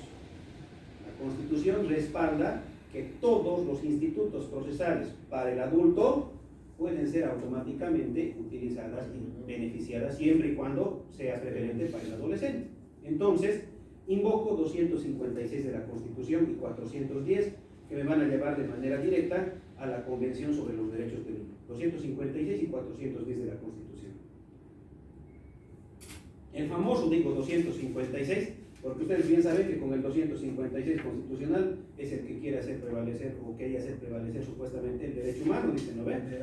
¿No ven? Entonces, esa es una gran herramienta. ¿Por qué? Porque me está dando paso a la Convención sobre los Derechos del Niño. Y la Convención sobre los Derechos del Niño, ¿qué me dice? Que si evidentemente hay un sistema para adultos de procesamiento penal, el mismo juez va a tener que ser incluso más favorable de los adolescentes. Mucho más favorable tiene que ser. Principio de favorabilidad. Incluso, si en materia penal hablamos del indubio pro reo, en materia de adolescente hablamos del indubio pro infante. Todo lo más favorable al niño, niña y adolescente. Todo lo que pueda repercutir justamente en referencia a la aplicabilidad de derechos mejormente consagrados. Entonces, bien lo dice su compañero, tengo una causal de cesación a la detención preventiva, o bueno, tal vez en la vía incidental podría accionarlo. Señora juez, le voy a pedir que se pronuncie en referencia a la detención preventiva del adolescente, pese a que el Código Niño y Adolescente ya está de mejor manera regulado. ¿Por qué? Porque lo bueno es que en el Código Niño y Adolescente, ya antes de la 1173, teníamos los plazos bien fijados para una detención preventiva. No se podían prolongar, dice, de sus plazos. ¿No ven?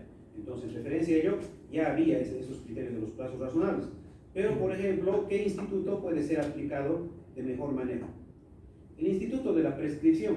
Ustedes vean el Código Niño y Adolescente. Dice, se interrumpe con la imputación, dice. Pucha, todos fregados ahí. Ni modo.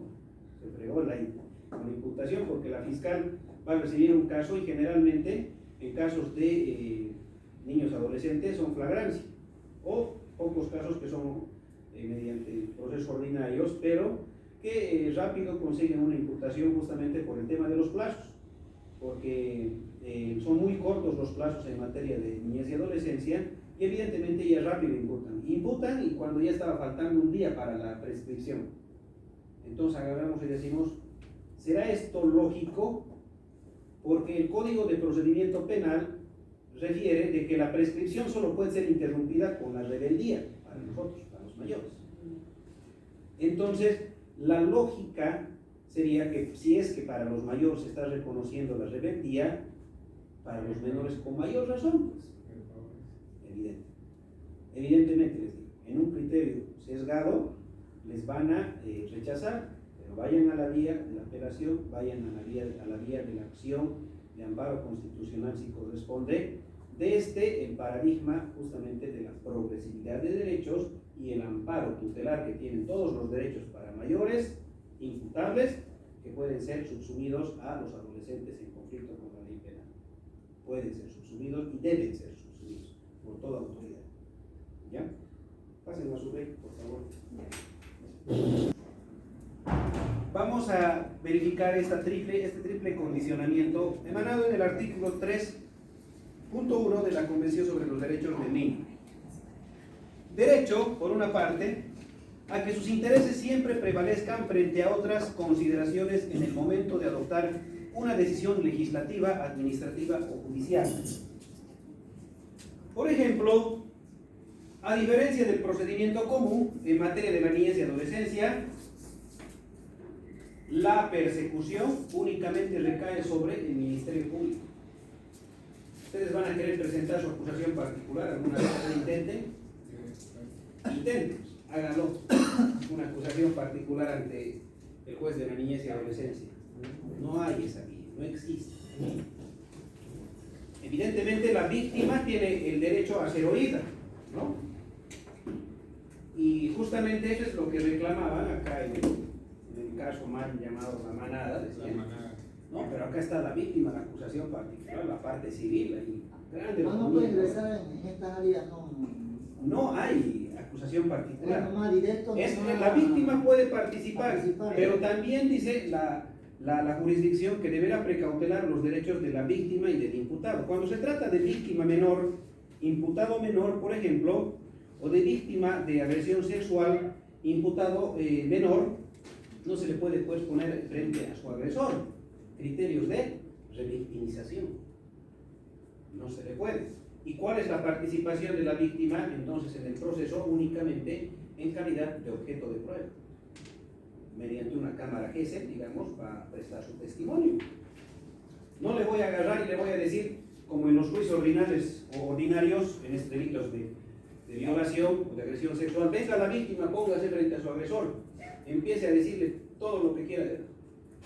Como juez ya habré revictimizado y seré pasible de sanciones. Por ejemplo, a mí el otro día en la asociación, usted va a una asociación a pedir a mejorar la situación jurídica del acusado, ¿no? Sí. Como tenían que darme la asociación, me la sacaron a la víctima ahí, que era menor de edad, ahora ya mayor, pero víctima, sí, como de violación supuestamente. Y ahí agarraron, me lo pongo, sí, aquí no venimos a ver si es inocente o culpable. Y me la dejaron hablar, ya por emoción, agarraron y me la negaron la asociación, como le digo. Así pasa aquí en Santa Cruz. Ese es un gran problema porque el juez no solamente debe estar ligado a el imputado, debe prever todo. Delitos de contenido sexual, cualquiera que atente en la libertad sexual, con excepción del estupro, que vendría a ser una excepción, digo, de los delitos de libertad sexual, porque en el delito de estupro, el bien jurídico protegido o tutelado no es la libertad sexual. Más bien, en el estupro es que ha querido tener relaciones solamente que sabía que era menor. ¿No ve? La menor igual ha querido con el mayor tener relación. Si no, fuera violación. ¿No ve la diferencia? Si no quiso la menor, sería violación.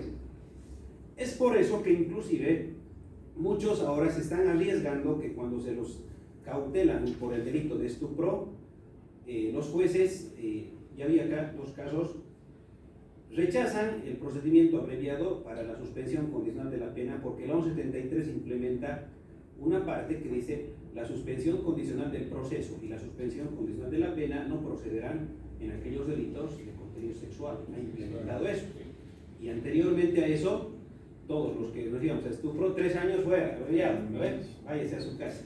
Esa era la clásica, porque ir a pelearme en un delito de estupro es pues muy difícil. ¿Por qué les voy a decir?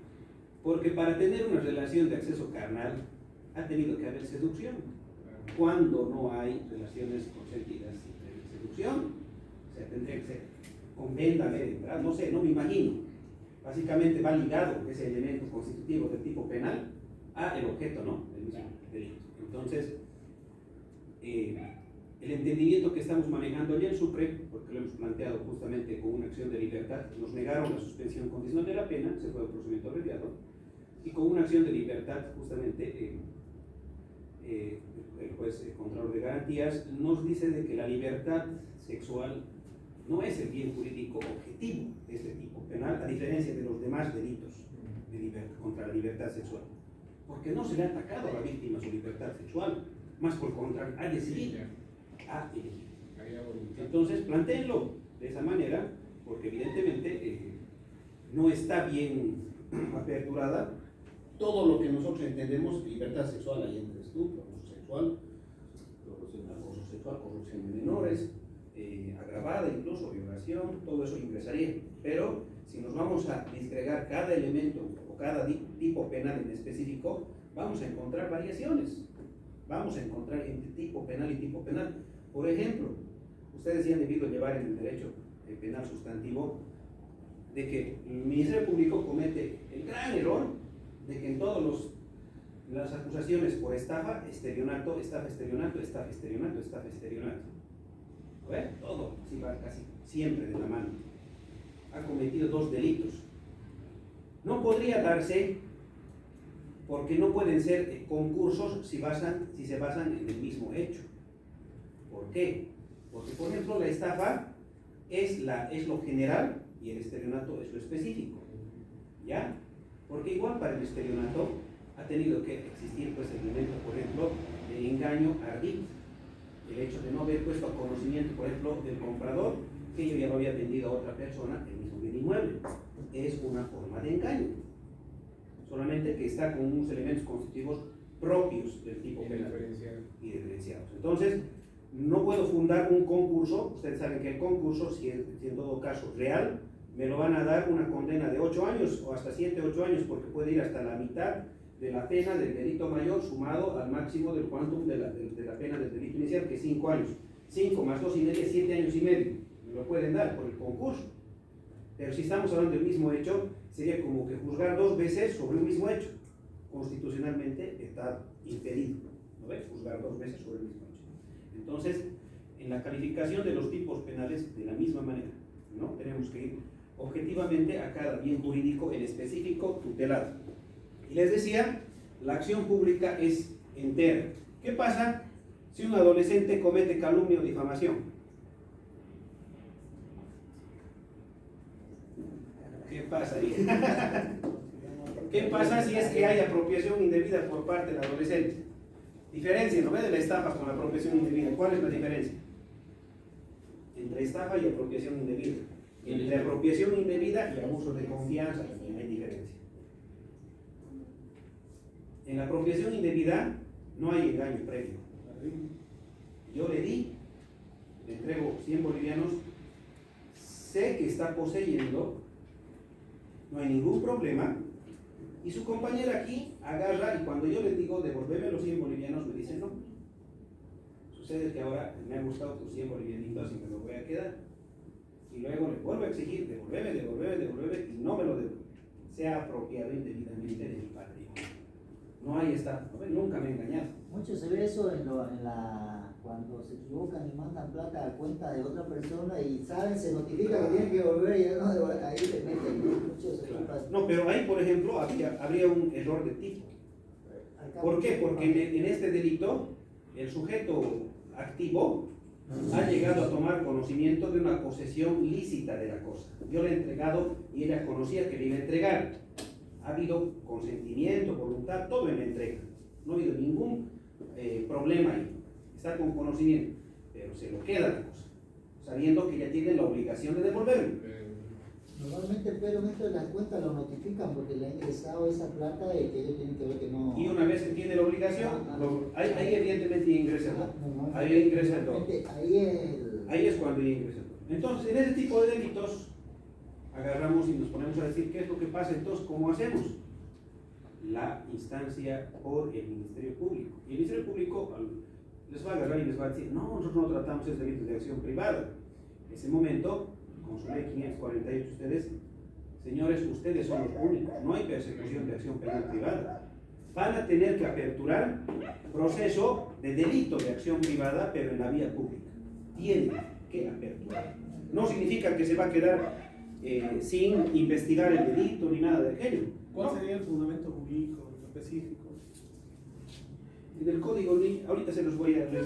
Están agarrando todo su material de cosas, ¿no? De lo que les he pasado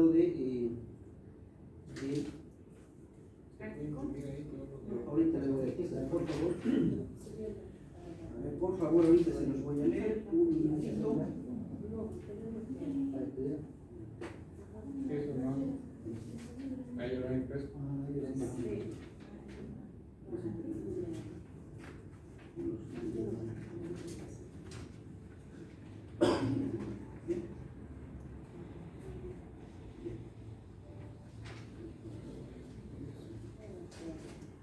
A ver, por favor, Código Niña, Niño, Adolescente, artículo 286, parágrafo 1.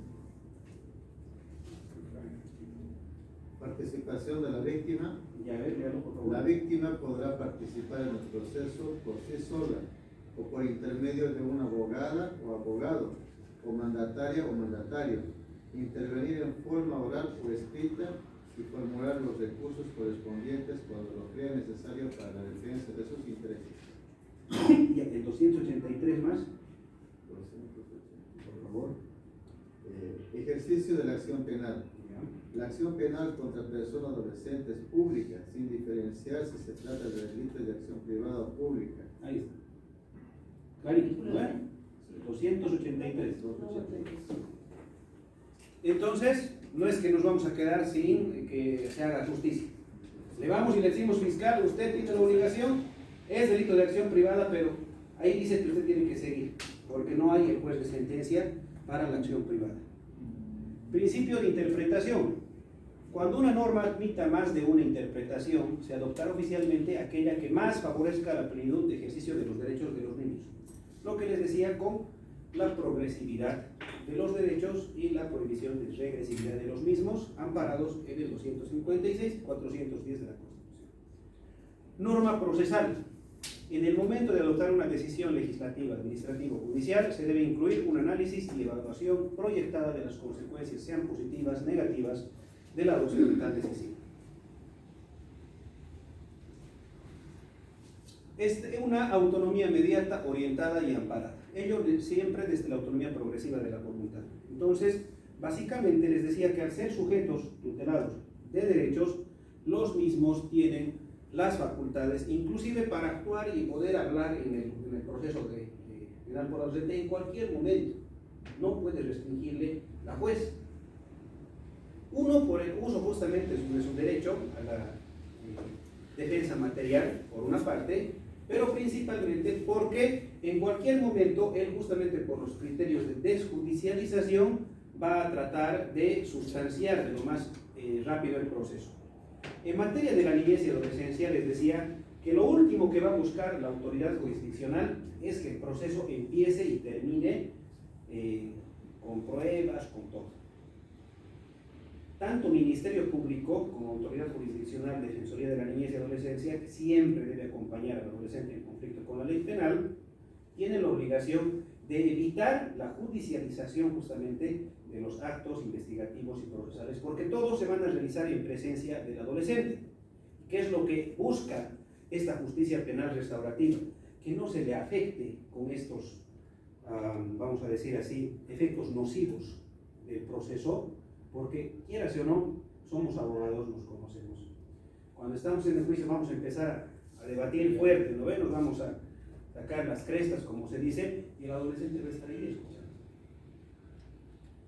Entonces no es esa la intención, por eso se busca criterios de desjudicialización. Entre esos criterios de desjudicialización, la adopción, por ejemplo, de terminaciones anticipadas, como generalmente en jurisdicción para mayor se llama procedimiento abreviado, mismo, ¿no? Se buscará la conciliación, se va a buscar aplicación de otro tipo de salidas alternativas y los mecanismos de aplicación de justicia restaurativa o medidas socioeducativas. Debe instar el juez, el fiscal, todos, antes de someter el debate al adolescente. Si hay la posibilidad de que de inicio, por ejemplo, ya se haya, ¿cómo se dice?, se haya negociado la pena con el fiscal, por el tema de una terminación anticipada, de inicio previsible. Acá no hay la oposición fundamental de la víctima, como en el procedimiento abreviado para mayores. No hay. ¿Por qué? Porque se está justamente buscando la reinserción del menor. Entonces, si el fiscal va a ir y va a decir de entrada en sus alegatos, como lo decimos en justicia penal para mayores, en los alegatos, señores miembros del tribunal, el suscrito fiscal de materia, administrando justicia en nombre del Estado, va a aprobar los siguientes extremos en este juicio, hacemos la promesa, Por ello, al momento de la conclusión del juicio, vamos a buscar una pena lo más ejemplificadora posible. Y la pena más grave, tanto en base a sus alegatos, ¿no ves? Si yo, como Ministerio Público, hago eso mis alegatos en la justicia de la niñez y adolescencia, no hay nada más que decir, tendría que decir la juez, usted está buscando que esta pena, a esta persona, a este docente, se le condene, se le pene y purgue. Su finalidad no esté marcada de acuerdo a los fines justamente que se están buscando. ¿Qué más o menos dirán entonces los alegatos? Vamos a comprobar evidentemente la existencia de un delito, la acción, la actividad, la periculosidad, y vamos a buscar que las medidas que se vayan a imponer sean reorientadoras y acorde justamente a lo que merezca el poder responder.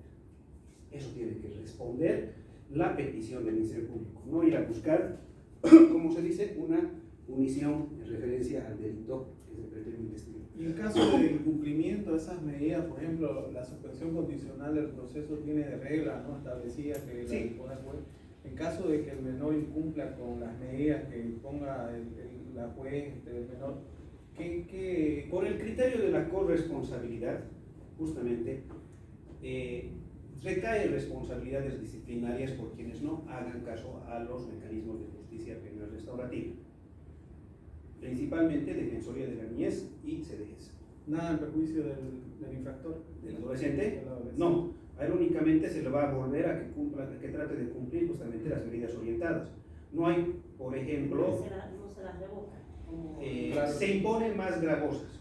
Básicamente todo el tiempo que no la ha cumplido, se tiene que reintegrar y computar desde cero para que cumpla las medidas que estaban orientadas a eso. Pero no vamos a volver al juicio, digamos. Claro. No vamos a volver a aperturar el juicio porque básicamente ya se le ha dado esa penalidad. Entonces, es muy importante, les digo, para hacer la aplicación práctica de esto, de que el juez haga el seguimiento de cada uno de los casos. Por eso es de que en materia de niñez y adolescencia, en estos casos, y como en muchos otros, los procesos no se pueden archivar. No hay esa opción de que no hay movimiento, archivo. Más bien el juez es el que tiene que darle movimiento. ¿Qué ha pasado acá? 2 años sin que haya informe de la DIGES. Informe de la DIGES. Inmediatamente combinatoria al gobernador de Santa Cruz. Usted es el encargado de la DIGES. Tiene que cumplir a cabalidad. Le comina para que en el plazo de 5 días inmediatamente haga la persecución, la búsqueda. Tal vez no hay ni siquiera el menor. ¿Qué ha pasado? Exacto. O, como les digo, ya se lo encontró en Palmasola más adelante. ¿No ven? Incluso esto buscaría responsabilidades penales. Sí, incumplimiento de deberes. Del Todos gobernador, digamos. Todos Y si sus este infractor, doctor, es reincidente No hay residencia. o no hay reincidencia, Sí, no se considera la la reincidencia. como reincidencia delito. entonces, ¿Por qué? Porque la reincidencia es un concepto en materia penal, justicia ordinaria, para, por ejemplo, determinar el quantum de la pena. Y acá no hay el tema de la punibilidad, ¿lo ven? Yo, si le presento que es un segundo delito por robo agravado, ¿ya? Tengo la sentencia en la justicia para adultos que ya fue por robo agravado ya a Palmasola 4 años. Le presento al juez y él, analizando y valorando de manera objetiva, al momento de determinar el quantum de la pena, me va a dar la pena mayor, pues ahora, porque ese tipo no ha aprendido, ya he probado objetivamente. Pero si le estoy dando una sentencia al mismo juez de lo que no ha cumplido, sería como que el mismo juez esté dando un cocacho, ¿no ves? Porque él es el que tenía que hacer ese seguimiento. Él mismo agarrar, mira, vos no has aprendido y te voy a dar la máxima pena. Es como si él mismo se estuviera automáticamente verificando de que no ha cumplido su labor de juez al hacer el seguimiento de los mecanismos de justicia restaurativa. Por eso no se puede considerar como un tema de reincidencia o de cuantificación de pena. Sería su misma responsabilidad, incluso contraproducente para el mismo juez. Señor juez, usted tenía la posibilidad de combinar al DIGES, tenía la posibilidad de combinar a la Defensoría de la Niñez y Adolescencia, tenía que haber hecho el seguimiento de los mecanismos de la justicia restaurativa, no lo ha hecho, incumplimiento de deberes al juez. ¿Lo ven? Entonces, por eso es también de que no se utilizan estos criterios de la reincidencia. La capacidad de decisión de los niños, niñas y adolescentes, conforme con su proyecto personal de vida, deseos e intereses. Debe ser de acuerdo a la evolución de sus facultades. Luego, la valoración de esta capacidad debe ser caso por caso. Debemos analizar, evidentemente, en materia de niñez y adolescencia, individualmente cada uno de los casos, individualmente cada una de las condiciones. Por eso son importantes los informes psicosociales, que les va a servir mucho de herramienta, por ejemplo, para plantear una nulidad.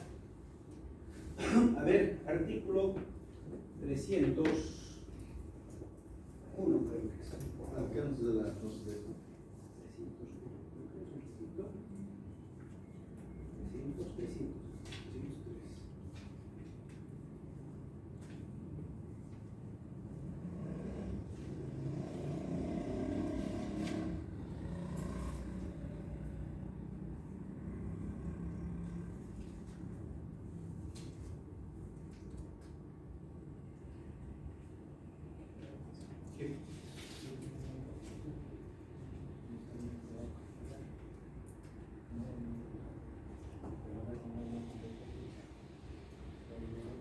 ¿Salidas alternativas?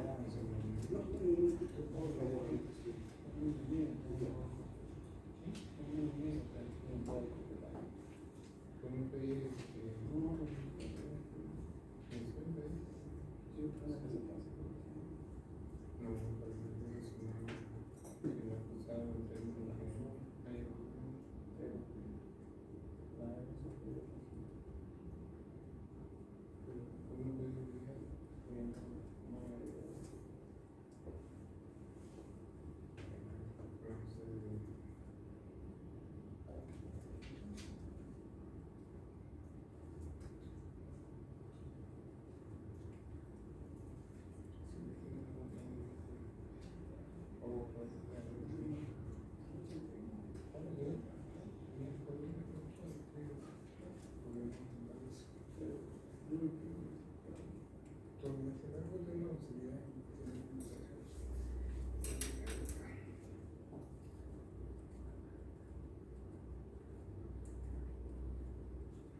Hay un entendimiento justamente glosado en referencia a la aplicación de estos principios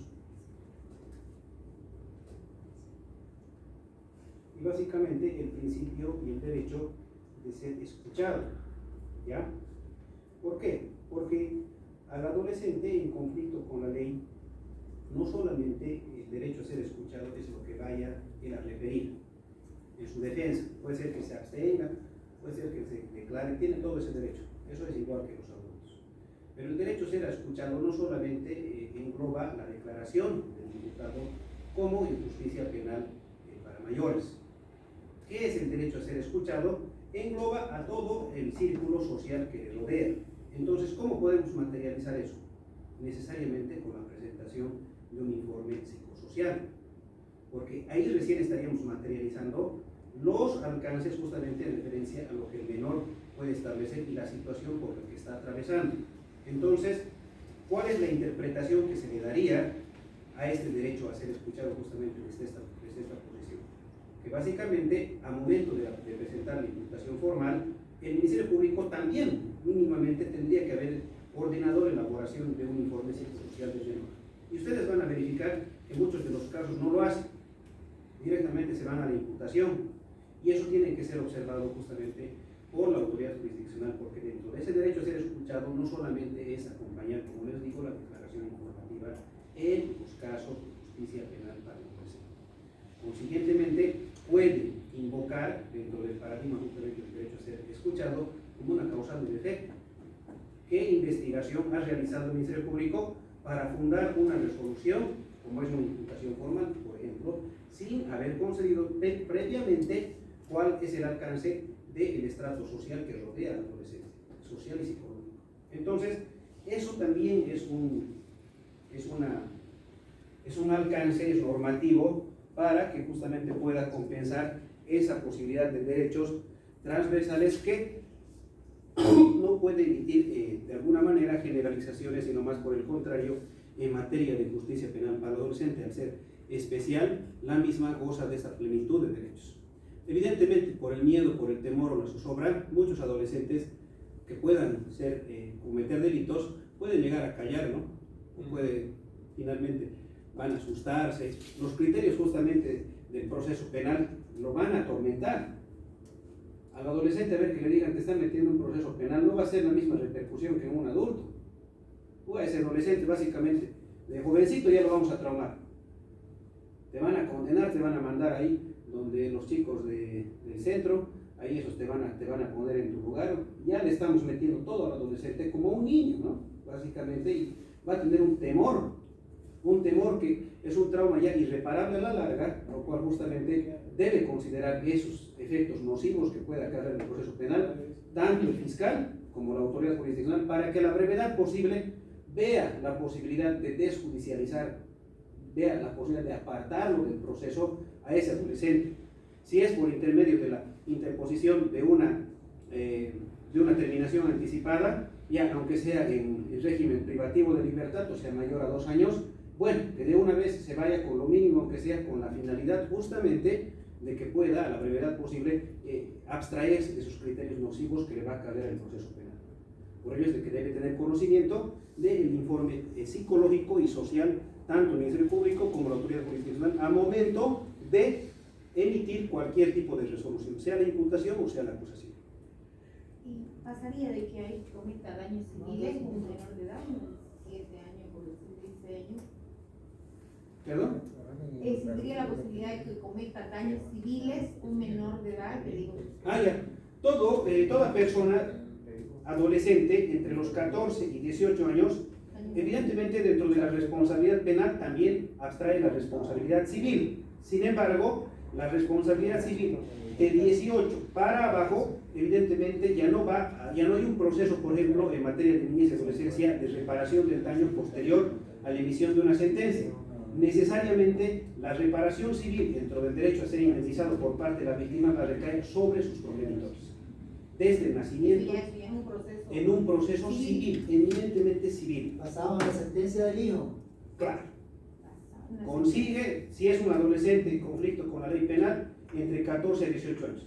Debajo de 14 ya no puede ser imputado penalmente. Entonces, ¿qué elemento de prueba consigo? Únicamente todo lo que vaya a producir en materia civil en referencia al conocimiento, la existencia del hecho y la responsabilidad, no penal, sino civil que acarrea el daño de manera directa, civil, ocasional. Por eso es de que en la práctica se han dado casos, algunos muy extraños, pero por ejemplo, niños que han manipulado armas, ¿no? Han manipulado armas, han terminado matando gente, no han entrado a la cárcel, evidentemente, no se les ha seguido un proceso penal, son imputables. Claro, pero de lo que lo han matado, ¿quién va a responder? Entonces, a ese criterio, evidentemente, al daño civil, evidentemente, iría contra la responsabilidad de quienes estaban asumiendo su guardia. No siempre van a ser los progenitores, van a poder ser también tutores o responsables. El hecho de tener una arma no resguardada en un lugar... Eso ya es un delito al padre.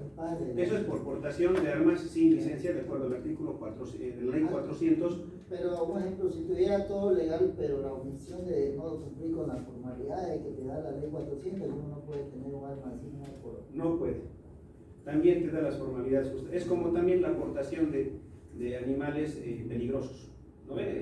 Perros o de determinadas razas. O sea que un menor de edad que, por decirle, destruya un auto, qué sé yo, lo incendia y se salga el niño de ahí, pero ya se incendia el auto.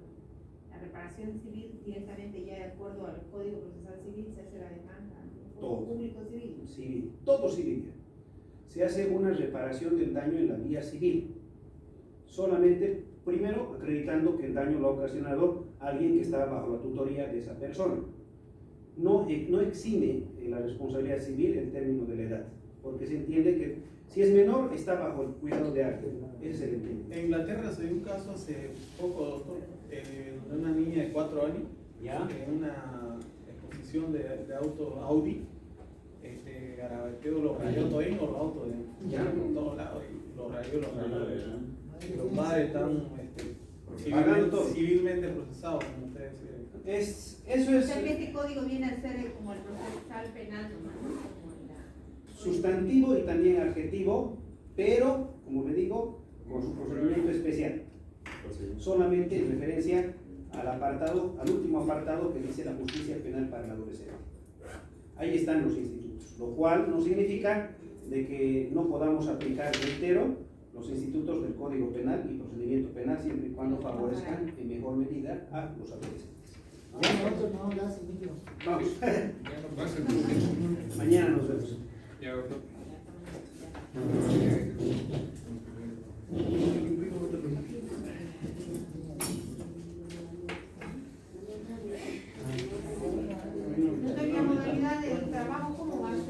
disculpe. Son dos casos. El día sábado vamos a empezar con el caso 1, vamos a empezar un juicio oral desde su inicio hasta su conclusión.